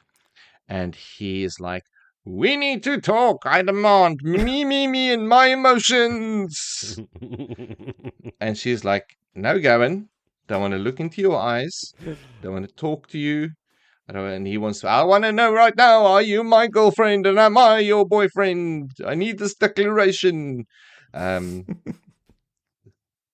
you know what I have sacrificed for this Egwene? And she's like, shut the front door, you fucking dog. Just anyway, ask him if he's trustworthy. Ask him if he can obey. Because you know what? I am not just Egwene the woman. I am the seat as well. And there's two parts to this. You can't jump into bed with the one and not with the other one. Let's talk later. I've got things to do. And she moves on. Because she does have real shit to deal with. Cutscene. And we are with Jessie. Now that's Jessie, Ferrana, Adalorna, Serancha, and Suana, who has been having their own little, we are the most powerful woman, we control the powerful woman. They've had their own little sideshow running in the tower. But they didn't plan on Elida being a complete fuckwit. And everything went sideways. And they Nobody did. It's like, I mean, penances aren't going to be set for these puppet masters at this level. No. And the plan has failed, but it's the idea that the Aja heads run the tower is kind of like, okay, we got to scrap this. We got to rethink shit. There's a lot to rethink. So these are the ones specifically who were the architects of the 2 young sitters yes, ploy, right? Correct. Like they sent sitters to be part of the hall of the rebels and then filled the seats with younger sitters that they could easily manipulate so that they could manipulate the votes in the hall, yeah. Mm. And easily replace when... And easily replace when it comes back together again, yeah. Yeah. But as Aes Sedai are, there's bickering that your moves of putting in that one and your moves of putting yourself in and just finger pointing at everyone. But we've got to go through it. We've got to go forward with this. It's almost like that going on a bear hunt story. You can't go under it. You can't go over it. You just got to go through with it right now. Yeah. Anyway, a replacement Amyrlin, though, is a necessity, you'd think, because it's now confirmed. Elida is someone suffer somewhere else. And who are they going to put in place? And of course, what do you think they suggest, Jody? What do you think a bunch of self-serving Aes Sedai would suggest when asked, who do you think the supreme leader should be? It should be me! I am all the famous and glory. No, it should be a brown, and I am the best brown. Anyway, that goes on for quite a while. But Adalorna eventually says, you know what? How about we consider the fact of what's been discussed in the hall today about Egwene? And they then come to the conclusion that, you know what? Perhaps this is the right idea. After all, she's never chosen an Archer. She is truly of all. And we have to realize that it also ends our involvement. Like, there's no way she is too sharp. We just have to accept that this is the best move.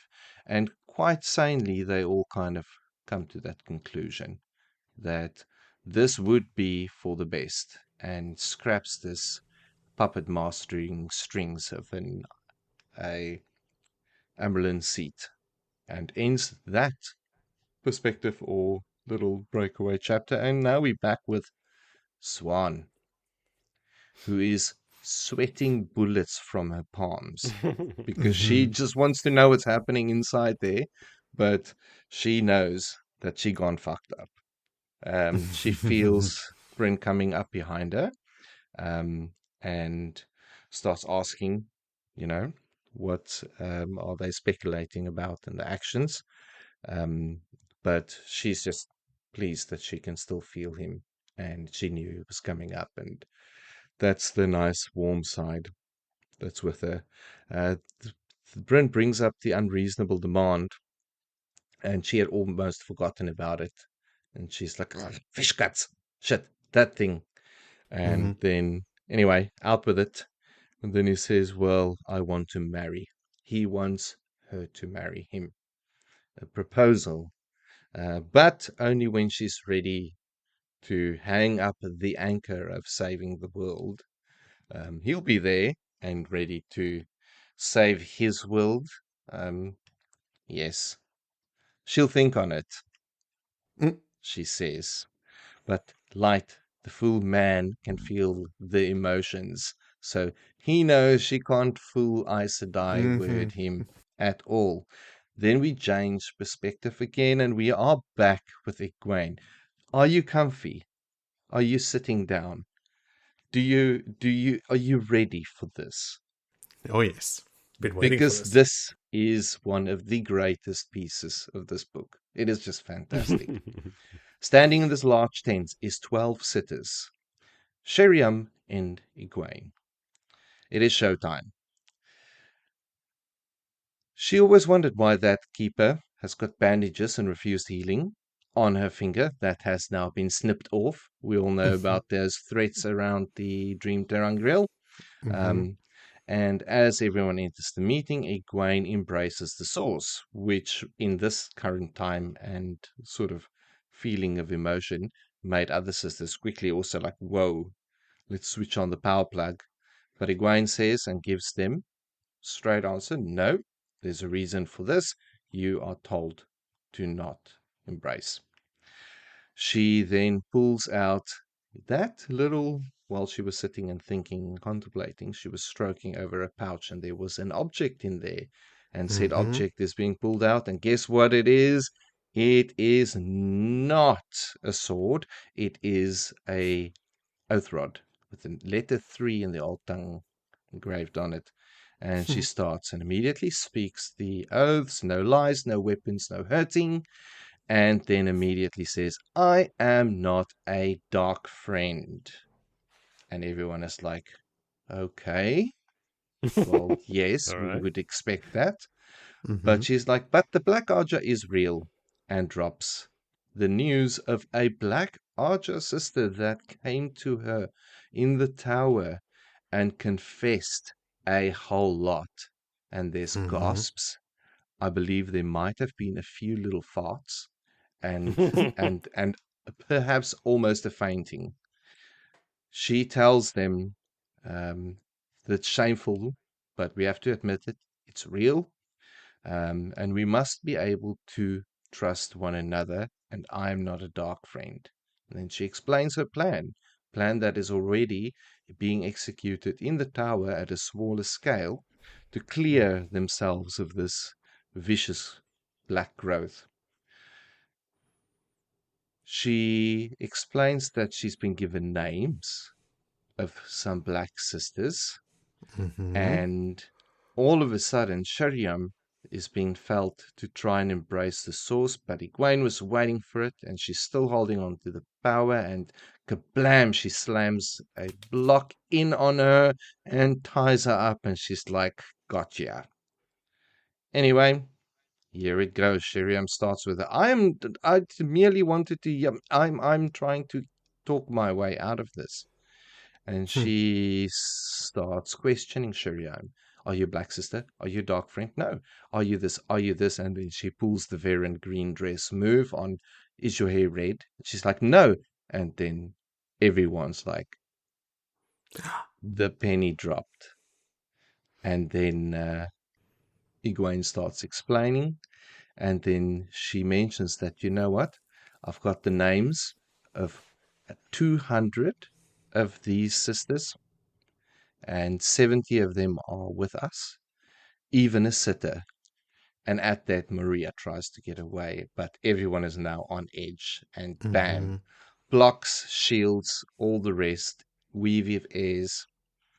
Ramonda then calls Egwene by her name and stirs the wrath of the Amyrlin. It's like, you will call me mother. And then she actually does.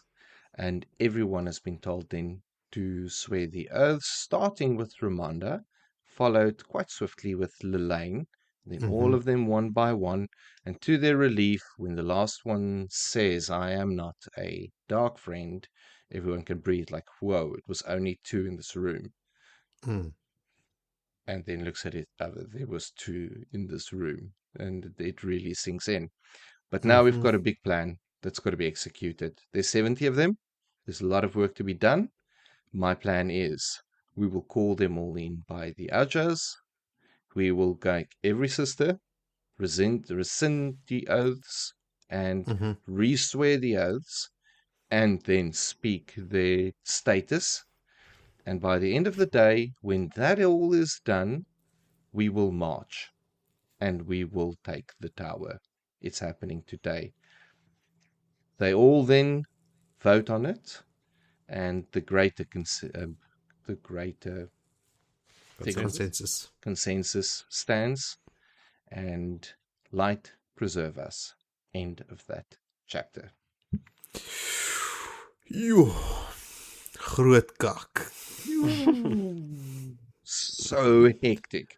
And it's the off-page stuff that's not being told that's happening now that is the most hectic for me. Like the immediate aftermath of this. The immediate aftermath of this news that isn't a chapter that should have been a chapter, that I think maybe there's a reason, because it's so hectic. That's what I knew that Morris was going to ask me what I thought about this chapter, but all I can think about is the repercussions in future chapters, which we'll keep for future episodes. So what did you think of this chapter, Jody? Nothing. I had no thoughts whatsoever. I don't care about this chapter. None of it. Yeah. I've got a couple things, if you will indulge me. Lay them down. Alrighty. Some of the sitters sent to the rebels by the Argerheads had actually started to ally with the rebels in earnest. Like Egwene swung some of their plants to her cause, which is great. Jesse Bilal is the one. It was actually the two young sitters plot was actually hers, right? So that POV we get from Jesse is from the main architect of that plan. When Perrin talks about the reasons why Elida can't be rescued or relied upon to return, Jessie thinks to herself, plus we have zero desire to bring her back. Like they actually just don't even want her. Like she said, captured Aes Sedai, and they're just like, oh, no, you can keep that one. She just has that thought. She doesn't say it out loud, but still it was funny. Yeah. And I had in here, of course, the Argerheads think of themselves as the most powerful women in the world, just like the sitters do, just like some Amelins do, just like, like everyone thinks, oh, I'm the most important. So annoying. Jessie thinks to herself, how did the young rebel gain such respect from Perrin and Adalorna, who are in this conversation, but both of those are like, this chick, by earning it. Egwene earned that respect and fucking saved Adalorna's life. It's pretty cool how the Argerheads decide at the end of their little gathering that it's maybe a good idea to set up an Amelin of strength. And they go, it's been too long. You don't say. But I think Siuan was strong. Like she was an Amelin of strength. She was strong in the one power. She had a strong personality. Like I feel like she wasn't a pushover at all by any means until she got toppled. That's, I mean, if she was strong, maybe she knock wouldn't have against got... her. Yeah, that's what I was going to counter with. And she didn't come across... She came across as organized, and I think she was so focused on Dragon Reborn shit and keeping that secret, she might have let plots brew against her. Yeah. Like she didn't know shit. She wasn't focused enough on... It's in a recent episode where we talk about how Siuan says, like Elida widened the cracks, but the schisms started while she was in charge already. Right. Maybe even before that, but she certainly didn't do anything to try and address it. And she felt guilty over it. So, yeah. Couple knocks to Siuan's reign there. Nice to see Siuan and Gareth allow themselves to lean on each other, literally, at the end of Siuan's point of view, like she leans against him, which is really sweet. Why did the keeper wear a bandage on her left hand? Missing some fingers, I'd say. And it was, Vil also said it's like such a classic trick that Egwene uses on Sheriam to like ask a bunch of questions with the same yes or no answer and then slip in the real question at the end. And here, in conjunction with the expected restrictions from the Oath Rod not being applied, it proves a very, very potent point, which is a cool trick. Jody, you were always in the English class. I was in the Afrikaans class in JB Primary. You were never in Mr. Forslow's class, were you? Like the standard 4 PE teacher. I was in your dad's class. Yes, he was my standard 3 teacher. Yes, yeah. He used to do that all the time. Is he seker? Is he seker? Is he seker jy York? And like when you say yeah. Oh, yes. Yeah. And then the last note I had here was just that Sheriam has this sort of like creepy demeanor change. When she knows she's been busted, her whole demeanor shifts. Not like she doesn't turn into like a comic book villain or anything like that, but she does become sort of resigned, and her demeanor does change. She becomes resigned to the fact that she's caught, but she doesn't become. She's quite like. What's the She takes it word? pretty well. I feel like she's boastful. less manic. Yeah, she's not manic, or she's like now the jig is up. So maybe she's happy to a degree that it's relieved. finally over. Yeah. Well, she's gonna die with all her fingers. Well, no, she's already lost some of them. Oh, with most of her fingers, she's lost with one. what remains of her fingers at this point. Die with some fingers. However, man dreams of dying. It's also cool how she asks Egwene, who was it that betrayed us? And Egwene says it's Perrin. And Sheridan is like, oh, wow, I never expected that kind of subterfuge from her. And I'm just like, yes, Perrin had you all fooled. Exactly. Everybody. Yeah. Nobody knew Perrin was on top of it. Yeah, so good. Okay. Is the scene that is coming that is off page, are you guys referring to like the stilling and execution of these Black Arch assistants? Like they are fully executed, right? Like they are just... No, a lot of them aren't. That's my point. But like I said, we've got to leave this. Cool. We've got some stuff for another episode. Rightio. All right, let's stick to this episode. And the next chapter in this episode is chapter 44 called Scents Unknown. Joe, please give us your 2 cents about what is unknown. That's a good question because the specific scent mentioned here is unknown, and I have questions. Anyway, we're with Nynaeve and Rand, and they're out for a summer ride. Oh no, wait, they're on their way to meet the Borderlanders that abandoned their posts. They agreed to bring only 4 of their 13 Aes Sedai, if you'll recall, they had 13, and Rand is only bringing 4, himself, Nynaeve, and 2 Ashaman. They had travelled a fair distance, travelled with a capital T, but not right to the meeting point. Tactically, it made sense to ride the rest of the way with the maidens, scouting the area, rather than opening a gateway straight into a line of archers, for example. So she's trying to convince him to kick off the last battle at Tarwin's Gap, the traditional battleground of the light and the dark, but also where Lan is heading. That's coincidental. There are no Aes Sedai with them. Rand is increasingly distancing himself from them. Cadsuane's fault. Only Nynaeve and Narishma are with them. Rand thinks Lan attacking the Gap is a great distraction, actually. It'll draw the enemy's eye there while he travels, capital T, straight to Shayol Ghul with his main army and attacks the Dark One in his own living room. Basically, Lan's death would serve him well.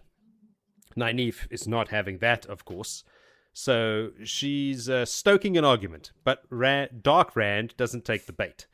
He just replies in his new soft, dangerous tone that he has adopted, and is freaking her out. Rand has already met with his generals, and they have formed a plan for Tom and Guidon. For the last couple of days, they've been locked up making plans. He's not going to change it because of Nynaeve's feelings for Lan. Nynaeve is torn between traveling up north to be with Lan in his final days, or staying by Rand's side to prevent the complete annihilation of everything good forever. So she tries again. Iturralde reports the Blight is swarming with Shadow Spawn, and they will attack through the Gap, and that will leave the Borderlands, Andor, and Kyrian vulnerable. But Rand won't fight where the enemy dictates. He will not deliver himself into the enemy's hands. Nynaeve fears Lan has not gathered a big enough army to make any difference when he reaches the Gap. He'll be overrun. Good, says Rand. Again, he'll draw their attention away from me. And who is he, Rand, to deny Lan's desire to die fighting the Shadow, that oath he has? Every man deserves peace, he says. After they punch through the Gap, they will break up into fists, and that's when Rand forces will attack them, led by Bashir, traveling through gateways to attack from the flanks or behind. It is a cool plan, actually. Rand is only interested in fulfilling his destiny. Fight Dark One, kill Dark One, die. Rand is done talking about this now, so Nynaeve changes the subject to Perrin. As you may recall, Cadsuane gave her a task of finding him as a little acceptance test into her private members group. Rand is immediately suspicious. Why do you want to know where he is? Thinking this must be something from Cadsuane, correct. But Rand gives away enough info for Nynaeve to think he's been meeting with Perrin, because he knows things that he can't possibly know. But he can't or won't try to explain the swirling colours to Nynaeve. She'll probably just think he's crazier than he already is. And he ends this line of questioning as well. That's it. Nynaeve won't talk anymore. So she slows down to fall back and chat with Narishma. She asks him why he thinks the Borderlanders left the Borderland. It's in their name. He's tense about this meeting. They left their posts. They brought 13 Aes Sedai. It's all pretty fishy. Even good people can do bad things sometimes. But he doesn't think they'll break their word. They are too honorable. They won't turn their backs on the Dragon Reborn after all these millennia of guarding the Blight. So the maidens return over the hill ahead. Rand asks if the Shinarans, that is, have kept their word to only bring 200 soldiers and 4 Aes Sedai. And they reply that they have kept their word and have much G while doing the Aiel equivalent of giggling behind their hands. Turns out they sent only one man, a little guy, but he looks like he knows how to dance the spears. So Nynaeve expects a trap, but Rand leads them over a hill to see little old Hurin waiting for them. I was like, this is not a misspelling. It really is Hurin. Hurin is happy to see Rand and starts to greet him when Rand wraps him up in air and picks him up. Now, side quest. I first wrote, oh, it can't be Rand. I must have read that wrong. So it must be one of the other Asha'man, because Rand doesn't double over. He doesn't puke. He doesn't do any of what he does. But then later on, it says Rand turns him around. So it is Rand. What happened to Rand's sickness? Channeling sickness. Did he not embrace it earlier before they made the gateway even to get here? And he's just held on to it the whole time. He did it in his room before coming out. All right. Because this is from Nynaeve's point of view, so she'll never know. And it's when he embraces the source that it happens. And then once he's got it and he's gotten over it, he can still hold it and he'll be okay. All right. So he's been holding this whole time. Probably. She can't tell. Is he channeling the true power? Anyway. No. Rand, not yet. Where was I? Rand doesn't trust he is Hurin. So he's seen a lot of weird shit in his days, okay? So he asks him questions only Hurin would know, specifically about the Portal Stone worlds, how they got stuck there, who they fought, what chased them, and he mentions the Lady Selene. Like, Hurin is explaining then why they only sent him when he stops to note a smell that he's never smelled before. This is the name of the chapter that I've forgotten. Sense unknown. What is the scent? Death. He describes it as death. Well, of course it's death. That's all he can smell. Violence. But darker and more terrible. Is he smelling Rand? I think so. But he can't tell where the smell's coming from. Because it also seems like it's just sort of arrived, right? Like, Hurin hasn't been sitting there contemplating the smell. It's like in this interaction that he's gotten it. And I think it is because he smells violence and that sort of stuff, right? And Rand has already committed quite a lot of violence. He is feeling quite angry and violent. And maybe even some of like Moradin's own actions are bleeding through Rand to here. Yeah. But yeah, I think it's Rand. Plot mechanics wise, Hurin can smell whatever is necessary to be smelt. Yeah. So how it works, we don't know. It just works. Magic. Got it. So yeah, magic. But Hurin is there to discuss terms. Another side note: poor Hurin is so stoked to see Rand. He's like, "Look how you've come up in the world." So bad for him. So bad for him. I didn't write it in the notes. Just completely the wrong time for a cool get together. Can you imagine if they asked him, like, do you want to go, like, you have a history with Rand, do you want to go talk to him? He's like, sure, Rand and I, we're buddies, man, I'd love to go. Yeah, I'll get him, don't worry, it'll be cool. Yeah. We go way back. Yeah. No, this isn't happening. So anyway, Hurin is there to discuss terms. Not terms for the Borderlanders to return to their posts in the Borderlands, but terms for the real meeting. They really do want to meet Rand, like, very badly, but in Farmadding, inside the zone of protection of the Guardian. Rand is not happy with this. He immediately opens a new gateway to a destination really close, the road they were on 5 minutes ago, and then another one straight to Farmadding, therefore skipping the need to learn the ground he is on. Short hops don't require you to learn the spot that you are on, and landing on a spot by a gateway gives you enough info for that gateway from there. This is all in Nynaeve's head. She's jealous that she didn't think of it first. It's actually very clever. I'm surprised Perrin didn't know of it. It would have saved her a lot of trouble. Farmadding is surrounded. Okay, so we pop over to Farmadding, by the way. Is surrounded by the camps of the Borderlanders. Tens of thousands of men and horses and picket lines and tents and fires and everything. It's massive, massive army. Rand goes even darker. They want to trap him in a box again. That's what they want. He'll never put himself into the power of another. We were talking about this earlier, about not being used. They want to capture him. They want to beat him. And he's muttering this to himself. And Nynaeve's trying to get his attention, but he's not listening. And he takes out the access key that he always carries with him, and it starts to glow. He just plans on giving them a little encouragement to do their duty and to obey him. Nynaeve has to shout at him to get him to snap out of it, telling him, you can't punish the city. These people inside are not mindless AI bots like in Natram's Barrow. These people are innocent. They're alive. But Rand's like, no, of course, I'm not going to attack the city, those innocent people. I was thinking about just raining a little fire down on the army, not the city. Maybe a little lightning? Would lightning be okay? Nynaeve manages eventually to calm him down. It's like, this is not necessary, Rand. They only want to meet. Like, they haven't done anything wrong yet. And she gets through to him eventually. So he releases the source through, well, he stops channeling through the Kudan Kal and comes back to his senses. It won't be long until he rides to battle at Shaial Ghul. Okay, so sorry, I'm jumping ahead of myself again. He sends Hurin in with a message instead.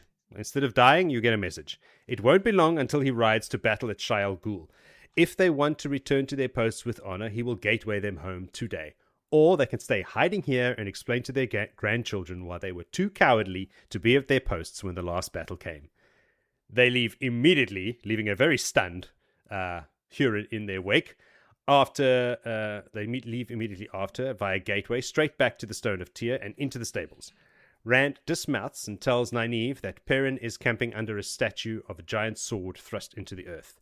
She's surprised that he told her anything, but he tells her that he feels he has a debt to her for caring when he cannot.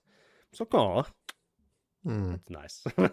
Thanks, Nynaeve. Thanks for not abandoning him and going off to your husband in the north. I can understand how that's a huge, how that's tearing her apart.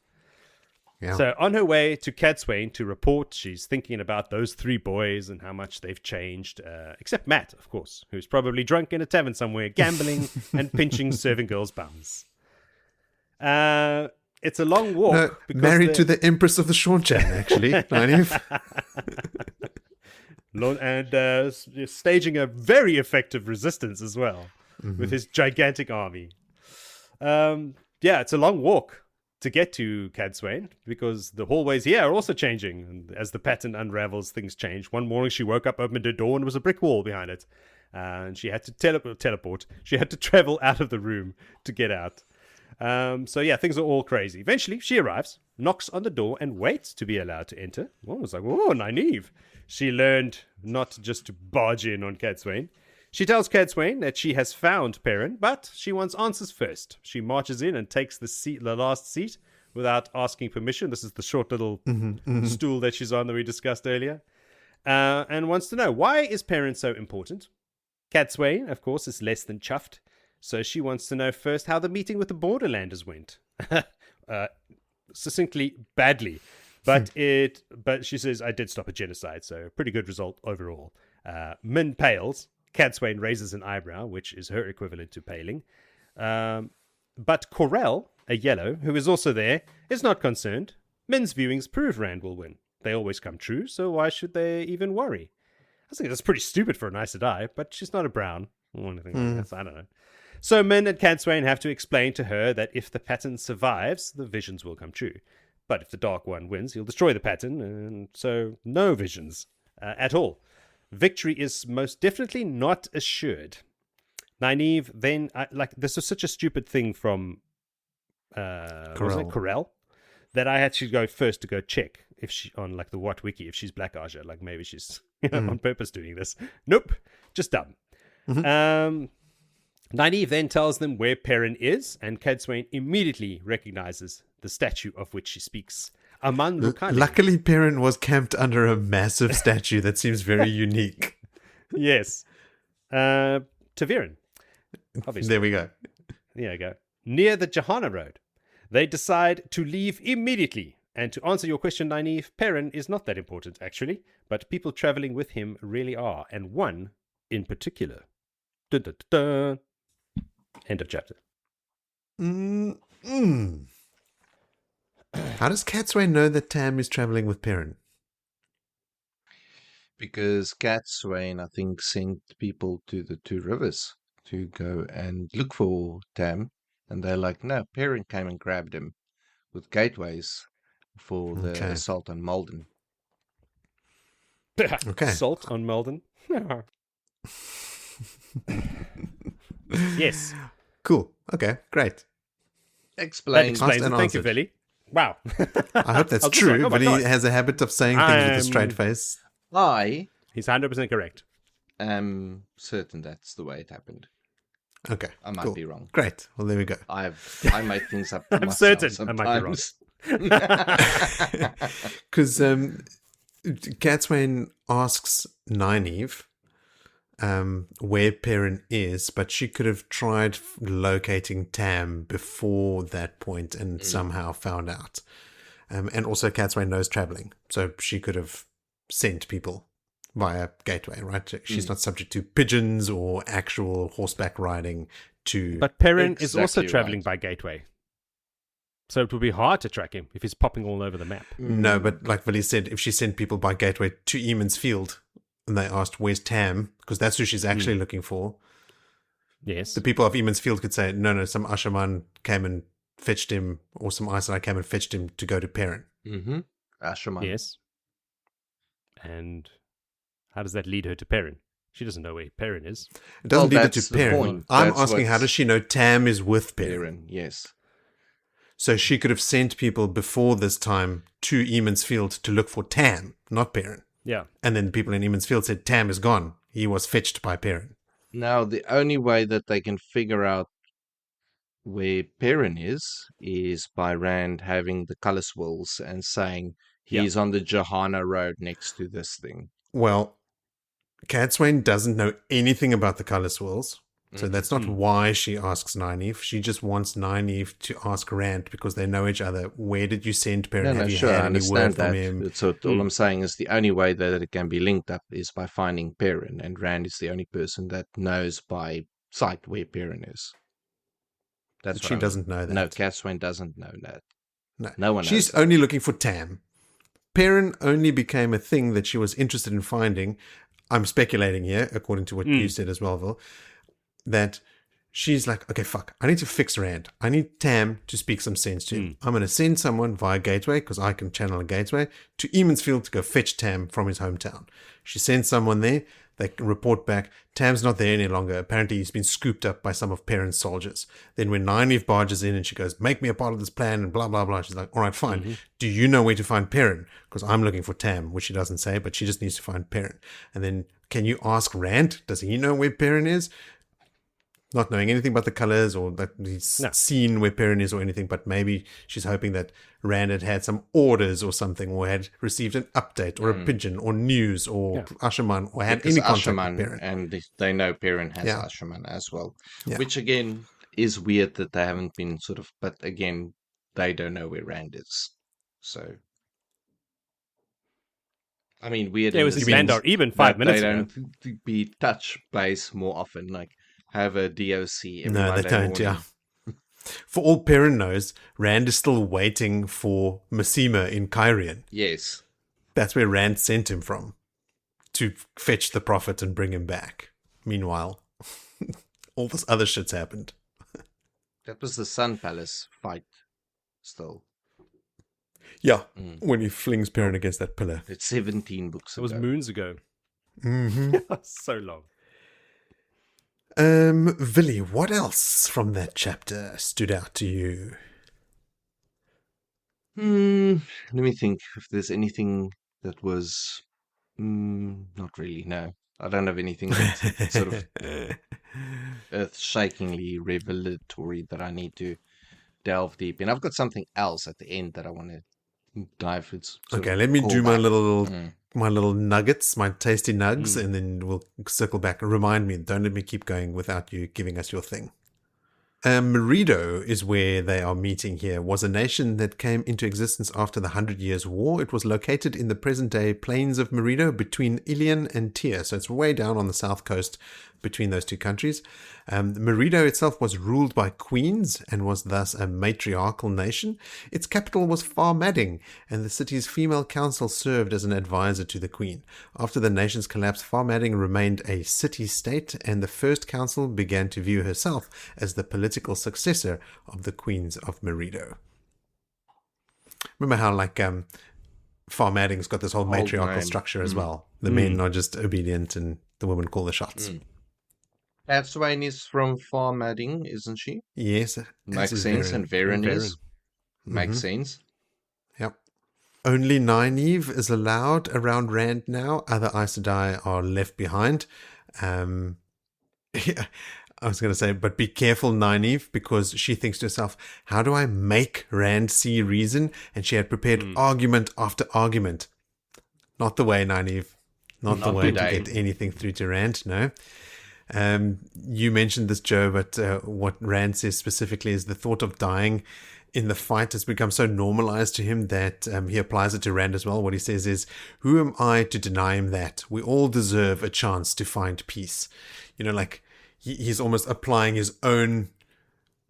Like, he got plenty of messaging from Lan that, you know, like, this is my duty, I will die in the blight, I will fight the shadow and all that sort of stuff. But he's just also like... he almost makes it sound like this is what Lan really wants. You know, even though Lan is married to Nynaeve now, there are other things for him to live for. He just like, just let him have his chance to find peace. We all deserve that. Nynaeve is pretty sharp here, though, in noticing that the men in the field are not farming. They don't have the harness on the ox. They haven't loosened the soil around the stump that they're supposedly trying to pull out of the ground. They're ready with, like, probably concealed weapons and stuff to make sure that everything is all right. That's just the sign of the times. I thought that was pretty insightful. But, like, a country wisdom is the type of person that would notice that more so than a city-born Aes Sedai. If it was Wyramon, he would think that they're doing it. Still a job in the farm. Hello, commoners. How you farm? Very good. I remember my pappy telling me about that. What did you want to say, Joe? I have no idea. I don't remember now. Wyramon impersonation completely floored me. Especially about his pappy. I had a question here. This fear of 13 channelers has always perplexed me. Why is it such a dangerous number for Rand? Turn him into because that's what you need to still or gentle someone. A channeler. Exactly. So that's what Nynaeve is thinking, right? She thinks here that it's the number of channelers required to still or gentle someone. But we've seen Rand still multiple sisters at once by himself. So yeah, but he's the Dragon Reborn. You got to be super powerful. But okay, cool. That's the key, right? So I think it's a question of power, not of ceremony, or it's not a mechanic that is required. It's easy to conflate that with the 13 sisters and 13 fades to forcibly turn someone to the shadow. Yeah. That's also 13. But you're not going to know the 13 fades are there. So the 13 sisters could mean 13 channelers. I don't think he's thinking forced turning. I think he's thinking stilling and gentling. And what I suspect, maybe our learned listeners can educate me, but what I suspect is that maybe it's a tower custom, like maybe in the tower ceremony. Because remember, all the gentlings and things are supposed to happen at the tower after trial. So maybe that, as part of the ceremony for gentling a man or stilling a sister, even involves 13 sisters because of ceremony and ritual and like their own traditions. Maybe 2 of the same Arja for every Arjas plus 1 other, the Amaranth seed. Maybe. But like you just mentioned, Joe, like the stilling seems to be a thing of power, right? So the number seems arbitrary. Like, but every time someone mentions 13 sisters, specifically around this army of Borderlanders as well, like, Elaine is like, well, how many sisters are there? Oh, some were hiding. 13, that's a dangerous number. Is it? Really? Seems arbitrary.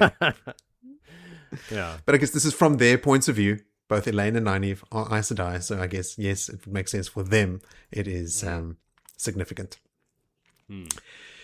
Okay, what else did I have here? Just cool to see Hurin, cool trick that Rand uses to travel. So first the short hop, like Jody explained, and then you gain the knowledge, because the short hop doesn't require the knowledge, the in-depth knowledge of where you are.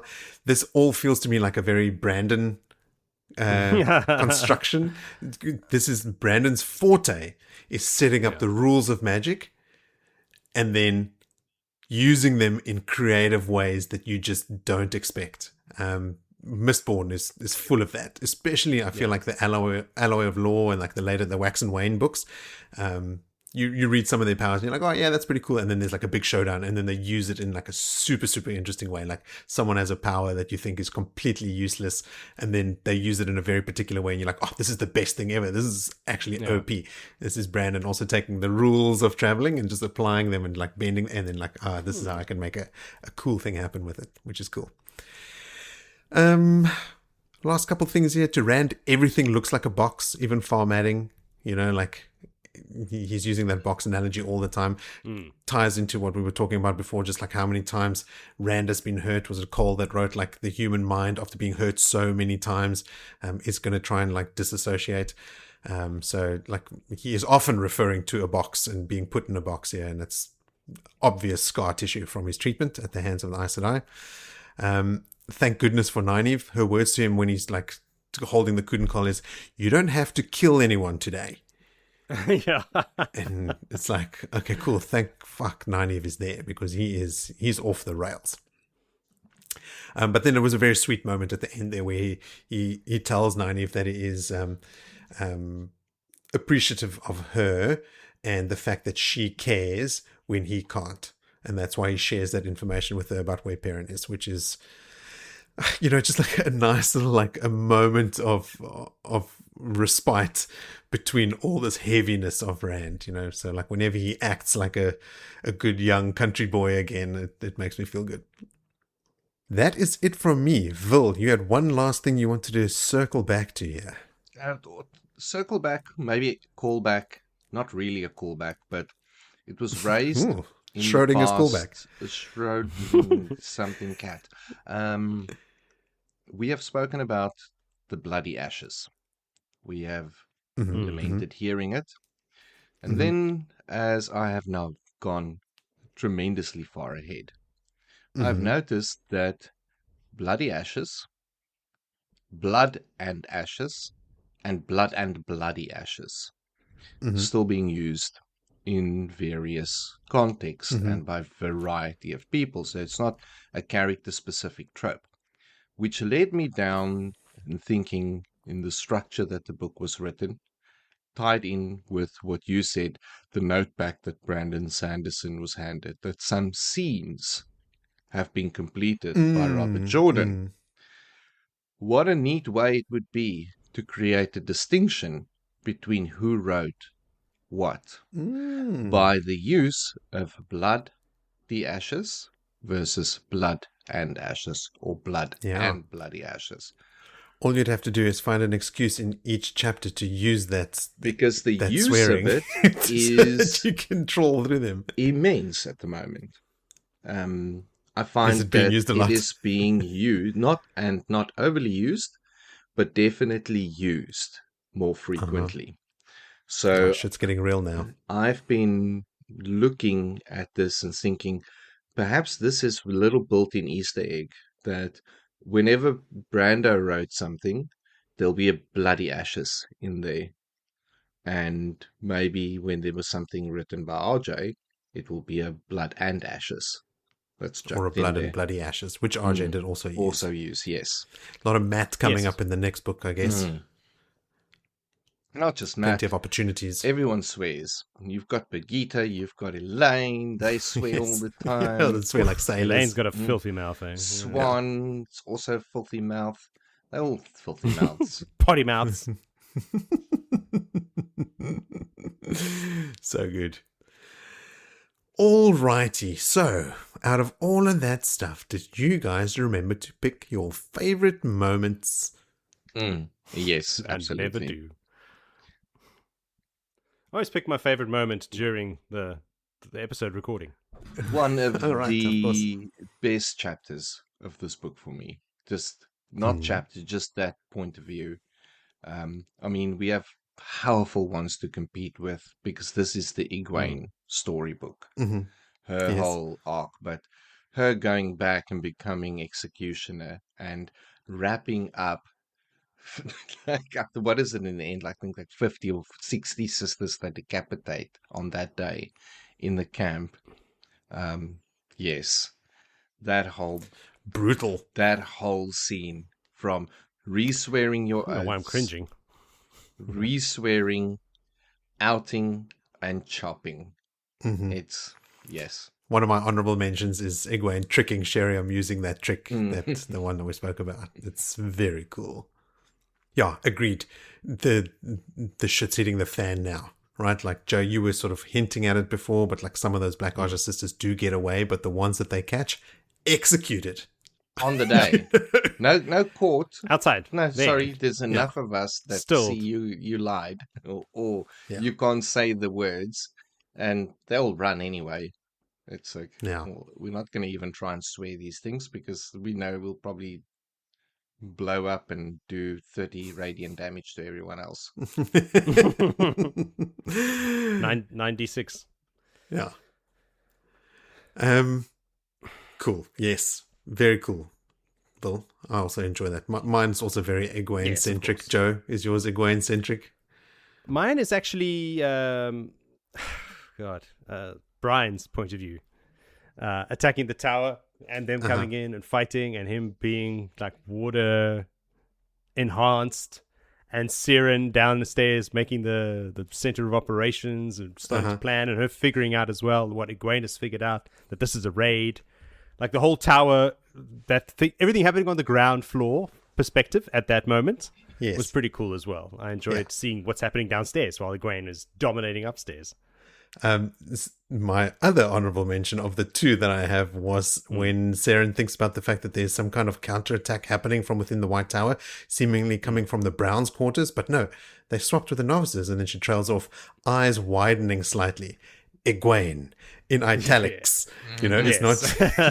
It is like, it's really emphasized that she's like, Egwene. She's up there. She knows things. It's super cool.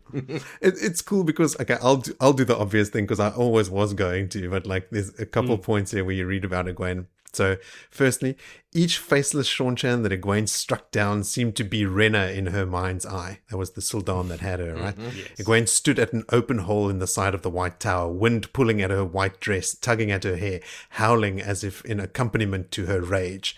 Not fear or desperation, it's rage, like she is just fucking mad at these Seanchan. She directed her anger, the anger of justice, the wrath of the Amerlin. She blasted toe raken after toe raken from the air. She must have felt a dozen by now. To the extent that the attack breaks away from the other fronts. You were talking about this, Joe, they're like, fuck, someone up there is really kicking our ass. Stop this stuff down here. We need to go focus on it. And then later the scene from Gareth's POV where a solitary figure wearing white stood in the tower's rent. It was too distant to make out her face, even with the spyglass. But whoever she was certainly doing some damage to the Seanchan. Her arms were upraised with fire glowing between her hands, the burning light throwing shadows across the outer wall of the tower around her. Blasts of fire flew in a steady stream, flinging Raken from the sky. So good. You can see the White Tower. It's almost like a lighthouse with her standing, her arms just right above it, and just forming fire between them, and just streaking off to the toe Raken, and then dropping, burning from the sky. It's yes, the culmination of Egwene being captured, kept in a novice dress, treated so badly, slippered every night to her, holding the circle, wielding Vorasa Ungril at the top of the tower, just blasting Toraken for fun. Her obviously channeling so much power that none of the Damane can put a shield on her. Yeah. The Damane can't link because of the Adam. So none of them are ever there's nothing for them to do. They just have to try and avoid her attacks or try and kill her with something. But she's channeling so much power. She is basically invincible. They're also throwing fireballs at her, and she's swatting them away. And she says the line something like she feels like child's hands patting at her. It's not like it's not even an effort deflecting the. Oh man, I love it. Can't shield her, can't attack her. I enjoy Egwene's arc in this podcast. No, never has that come across your lips. Guys, this is now the culmination of it. Obviously, in the next episode, when we talk about the aftermath of the whole tower and her being raised, Amelin, and all that sort of stuff, that'll be and then I can focus my attention on something else. It doesn't end until page 1000 of the last book. So, yeah. Yeah. I have a special honorable mention. Ooh, shoot. Oh. Gareth Bryn. Killing a blood knife. Yes. There's... And that moment, and if for me not having read Blood Knives, I was like, okay, cool, he killed a blood knife. Killed an assassin. Yeah, killed an assassin. Oh, easy. I mean, he was well disguised like a ninja. He killed a ninja. Then reaching into later chapters with the whole Blood Knife Gavin scene and everything else that goes into that. I was like, holy shit. Okay. Yes. He killed now you know why I was carrying knife. on about the blood knives the whole time. Because I've been talking about them for weeks and months. Yes. But yeah, they are badass. What a cool little concept as well, hey? Like the blood knives themselves. It's a cool invention. Well done, RJ. Pretty good at this. Yeah. Alrighty, to our listeners, send us your favorite moments, send us your theories, your corrections, questions, or just say hello. You can do all of that using the social media links in the episode description, including a link to the Discord where all sorts of good discussions happen, as well as a link to our website, bloodandashespodcast.com, where you can leave a voice message to include in the show or buy a t-shirt or hoodie. Maybe some of Steven's t-shirt ideas should make their way in there. What is it? My needs, my privilege. What is it? Me. My needs, my wants. Please rate and review the podcast on your favorite podcast app so it gets served to more people who can in turn participate as well. When you've done all of that, you can start preparing for next time on Blood and Ashes, our final episode for The Gathering Storm, where we will cover chapters 45 through 50 and the epilogue. That is 7 chapters. Mm-hmm. Yes. Good lord. The longest of which are 7 pages. Yes, there's a bunch of really, really short ones. So obviously in the next episode, we'll do our usual discussion of the final chapters and everything that we cover in the episode, and then have a discussion about the book as a whole. So get your thoughts emailed and messaged through to us as soon as you can. All of that said, we will be taking another break as Jody goes on his annual road trip. It means our next recording will only be on the 27th of September, and the episode itself will be published a week after that. So that gives everyone enough time to order their thoughts on The Gathering Storm and send us your thoughts about the book as a whole. Thoughts about Brandon taking over, maybe. Favorite moments from the book as a whole, and all your theories. Plenty of time to prepare for what will be a banger of a final episode. But until we get to that final episode, I will say to you, gentlemen, and all our listeners, sleep well and wake. Live long and prosper. Keep the shiny side up.